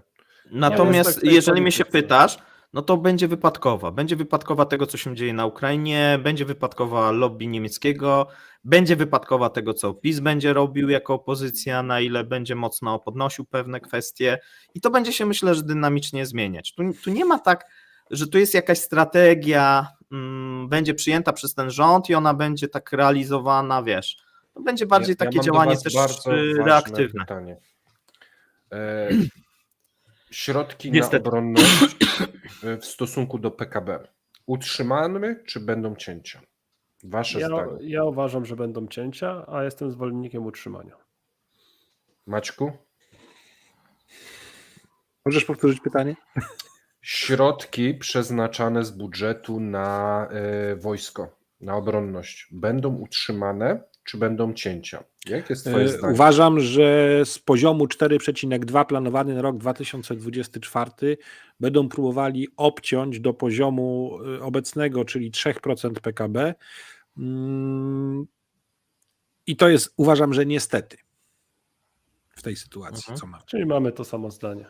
Pawle? Ja uważam, że zostanie utrzymane, a Mhm. nawet może być zwiększone. O, Ale zależy od tej pierwszej fazy, bo jak przesadzą z tym, że jest bardzo, bardzo źle, a później No to powiedzą, mogą- że 5% trzeba dać. no to tak, no wiesz, mogą wpaść w taką pułapkę sami sobie, którą wystawią. To też będzie zależeć, być może na przykład zrobią badania. Mhm. Co się stanie, jak obetną, jaka będzie reakcja społeczeństwa. Bo pamiętajmy, my często tak myślimy, że ci politycy to tak sobie niektóre rzeczy gdzieś planują. Nie, często to jest na takiej zasadzie, coś tam mają pomysł, robią badania, patrzą reakcje na grupie fokusowej i to robią. Tak robił PiS. Tutaj przy wielu działaniach myślę, że będzie tak robiła również teraz, ucząc się na tych przykładach, będzie robiła nowa koalicja. Nierozsądne byłoby politycznie obcinanie No to będzie tego. wtedy straszna A jak na przykład wyobraź sobie, by utrzymali albo zwiększyli, a na przykład jednak wzięli od Niemiec, no to mogliby to sprzedać, no ale zobaczcie, my zwiększamy wydatki i jeszcze bierzemy lepszy sprzęt. No i tu oczywiście będą wtedy najlepiej, dyskusje. wiesz co, najlepiej to by było, jakby wzięli w Polsce coś, albo po No ale prostu, Polska nie produkuje wielu rzeczy, więc Tak. to już sobie powiedzieliśmy, że to jest trochę takie... Ja jednak uważam, że te konkrety, które zostały przedstawione i te, które każda z tych partii, która wchodzi w ten układ, przedstawiła, nie pozwolą na pewno utrzymanie takiego procentu środków na obronność. I te dyskusje, te kłótnie już przecież widać między politykami nowego obozu rządzącego, chociażby na Twitterze czy w mediach Ale społecznościowych. to słuchajcie, to zaprzeczacie sami sobie, bo wcześniej powiedzieliście, że utrzymają Znaczy inwestycje, ja tak mówiłem, oni mówili, że tak, nie. a teraz mówicie, że utną środki. No to jak mogą utrzymać inwestycje, jak utną środki? Ale to Ale można uciąć Mateusz, gdzie indziej. Jest obecnie 3%, a planowany był wzrost na 4,2%. Mówiąc, że zamiast 4,2, ale żeby utrzymają zrealizować 3. te zapowiedzi, to by musiało być utrzymane te 4,2. Jeżeli utną, no to Nie, nie ma poczekaj, szans bo spełnić. Mateusz, my mówimy o dwóch rzeczach, bo No. też chyba to też utrzymają obecne i ja jestem zwolennikiem, że zwiększą. Czy zwiększą do 4,2? Nie wiem. Maciek powiedział, że utrzymają 3, a Mateusz powiedział, że obetną. Ze względu na różnicę, więc to tak tytułem Ale wyjaśnię. to rozumiem, że wszyscy trzej zakładacie, że 4,2 nie będzie.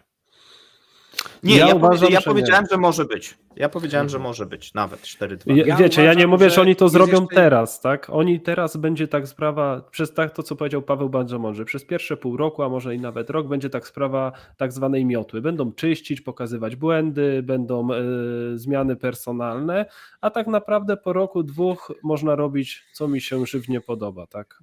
A ja teraz wbiję szpilę bardzo realistyczną. Jest bardzo mało czasu na uchwalenie ustawy budżetowej, a jeżeli nie będzie uchwalonego budżetu, można znowu zrobić poważny reset w polskiej polityce, prawda?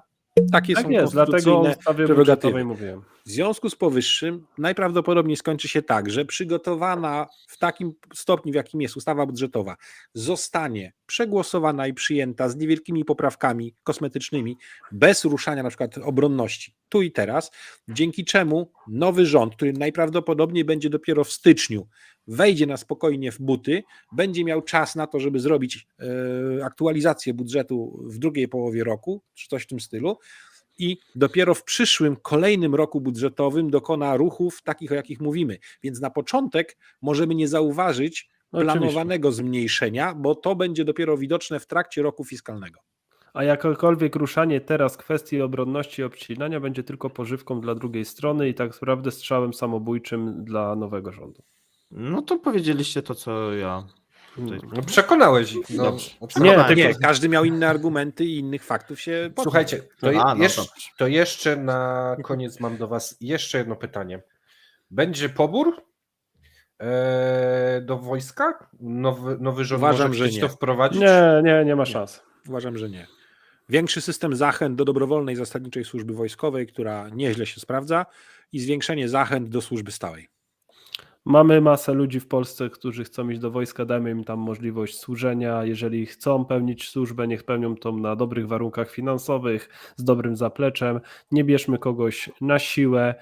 Niepotrzebny nam jeszcze jednak tam scenariusz, powiedzmy, taki jak mamy chociażby w Izraelu. Zachęcajmy ludzi, a naprawdę procent obywateli naszego kraju jest na tyle duży, że na pewno duża część naszego społeczeństwa będzie chciała wstąpić, powiedzmy po 18 do wojska, bo tak naprawdę jest dość, jeżeli kończysz 18 lat, to wojsko jest naprawdę ciekawym pracodawcą.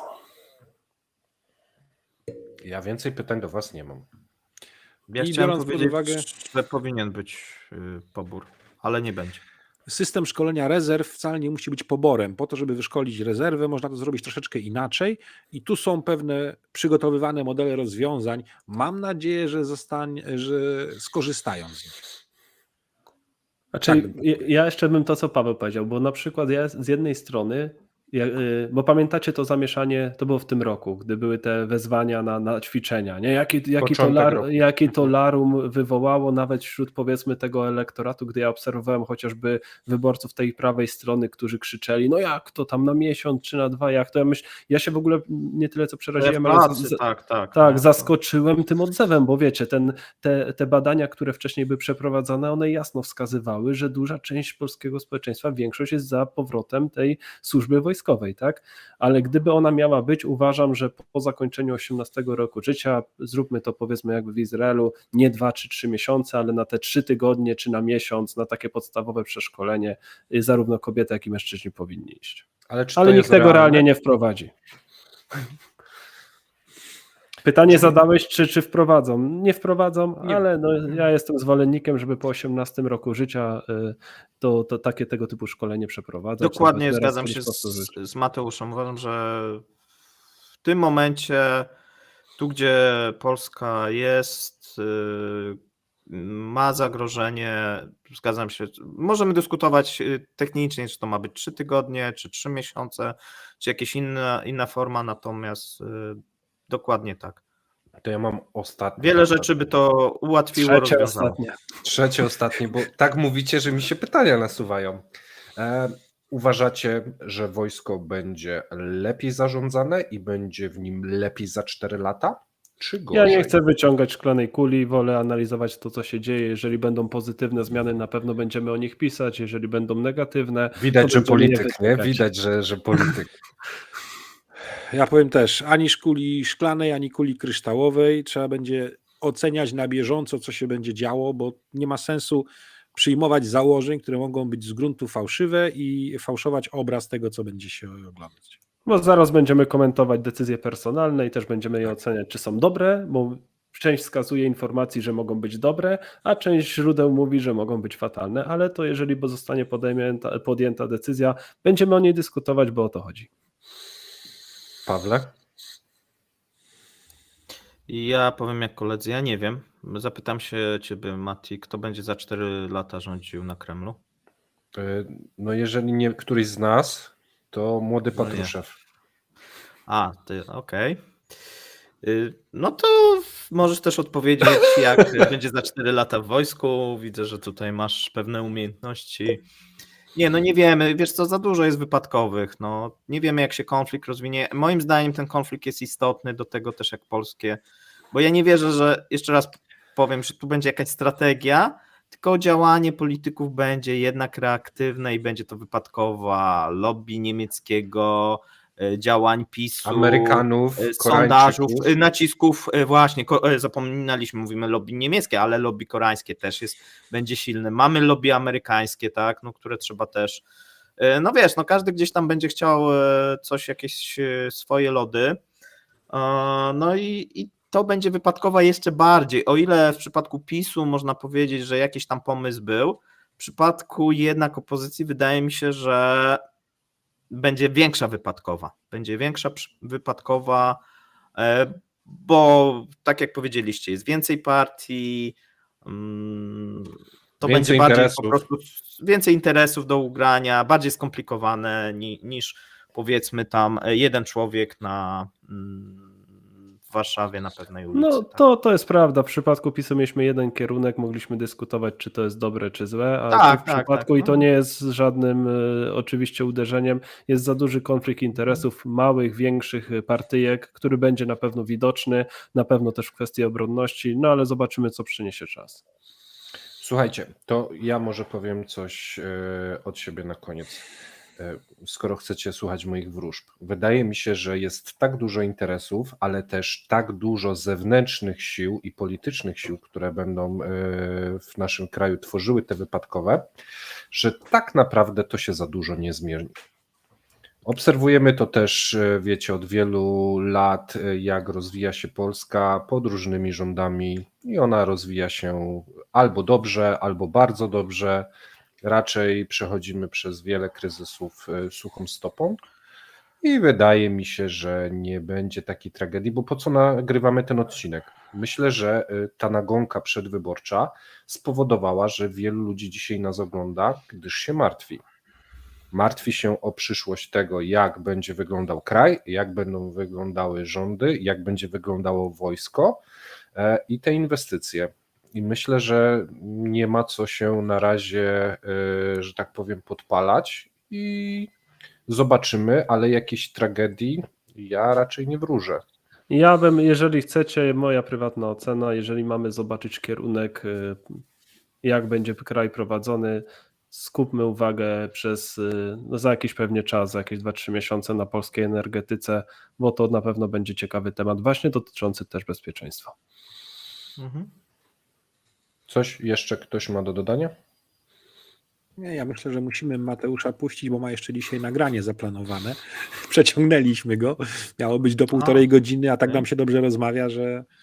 No, mam nadzieję, że jeszcze zaproszenie dostanę. Dobra, nie zdradzaj kto, ale przeproś od nas. Nie, spoko, na pewno się nie obrazi. No to co? To Puentujemy. ja Wam dziękuję bardzo za zaproszenie. Jak zwykle w miłym towarzystwie się miło rozmawia i z chęcią jeszcze podyskutuję. Dziękujemy Ci Dziękujemy. bardzo, Mateusz. Naszym widzom dziękujemy za spędzony z nami czas. Jeśli się podobało, to zachęcamy do lajkowania, komentowania i subskrybowania kanałów 3 grup twórców, bo i mamy Kremlinkę Show, mamy War Newsa i mamy tutaj kanał Kapitan Lisowski i wszystkie one potrzebują waszej uwagi, wsparcia, waszych lajków, zwłaszcza jeżeli wam się to wszystko, co tutaj mówimy i jak mówimy, podoba. Zawsze można do tego wrócić i kiedyś sprawdzić, czy nasze predykcje były racjonalne i prawidłowe. To jeszcze Pozdrawiamy na koniec, wszemi jak mogę was. jedno słowo, Artiego chciałbym pozdrowić, bo jest, widzę na czacie. Arti na Błaszczak czacie. jest, Tak, jest. Więc pozdrawiam gorąco. Błaszczyk. Błaszczyk, tak, przepraszam. Błaszczyk. Pozdrawiamy. Trzymajcie się. Miłego wieczoru. Pozdrawiamy. Cześć.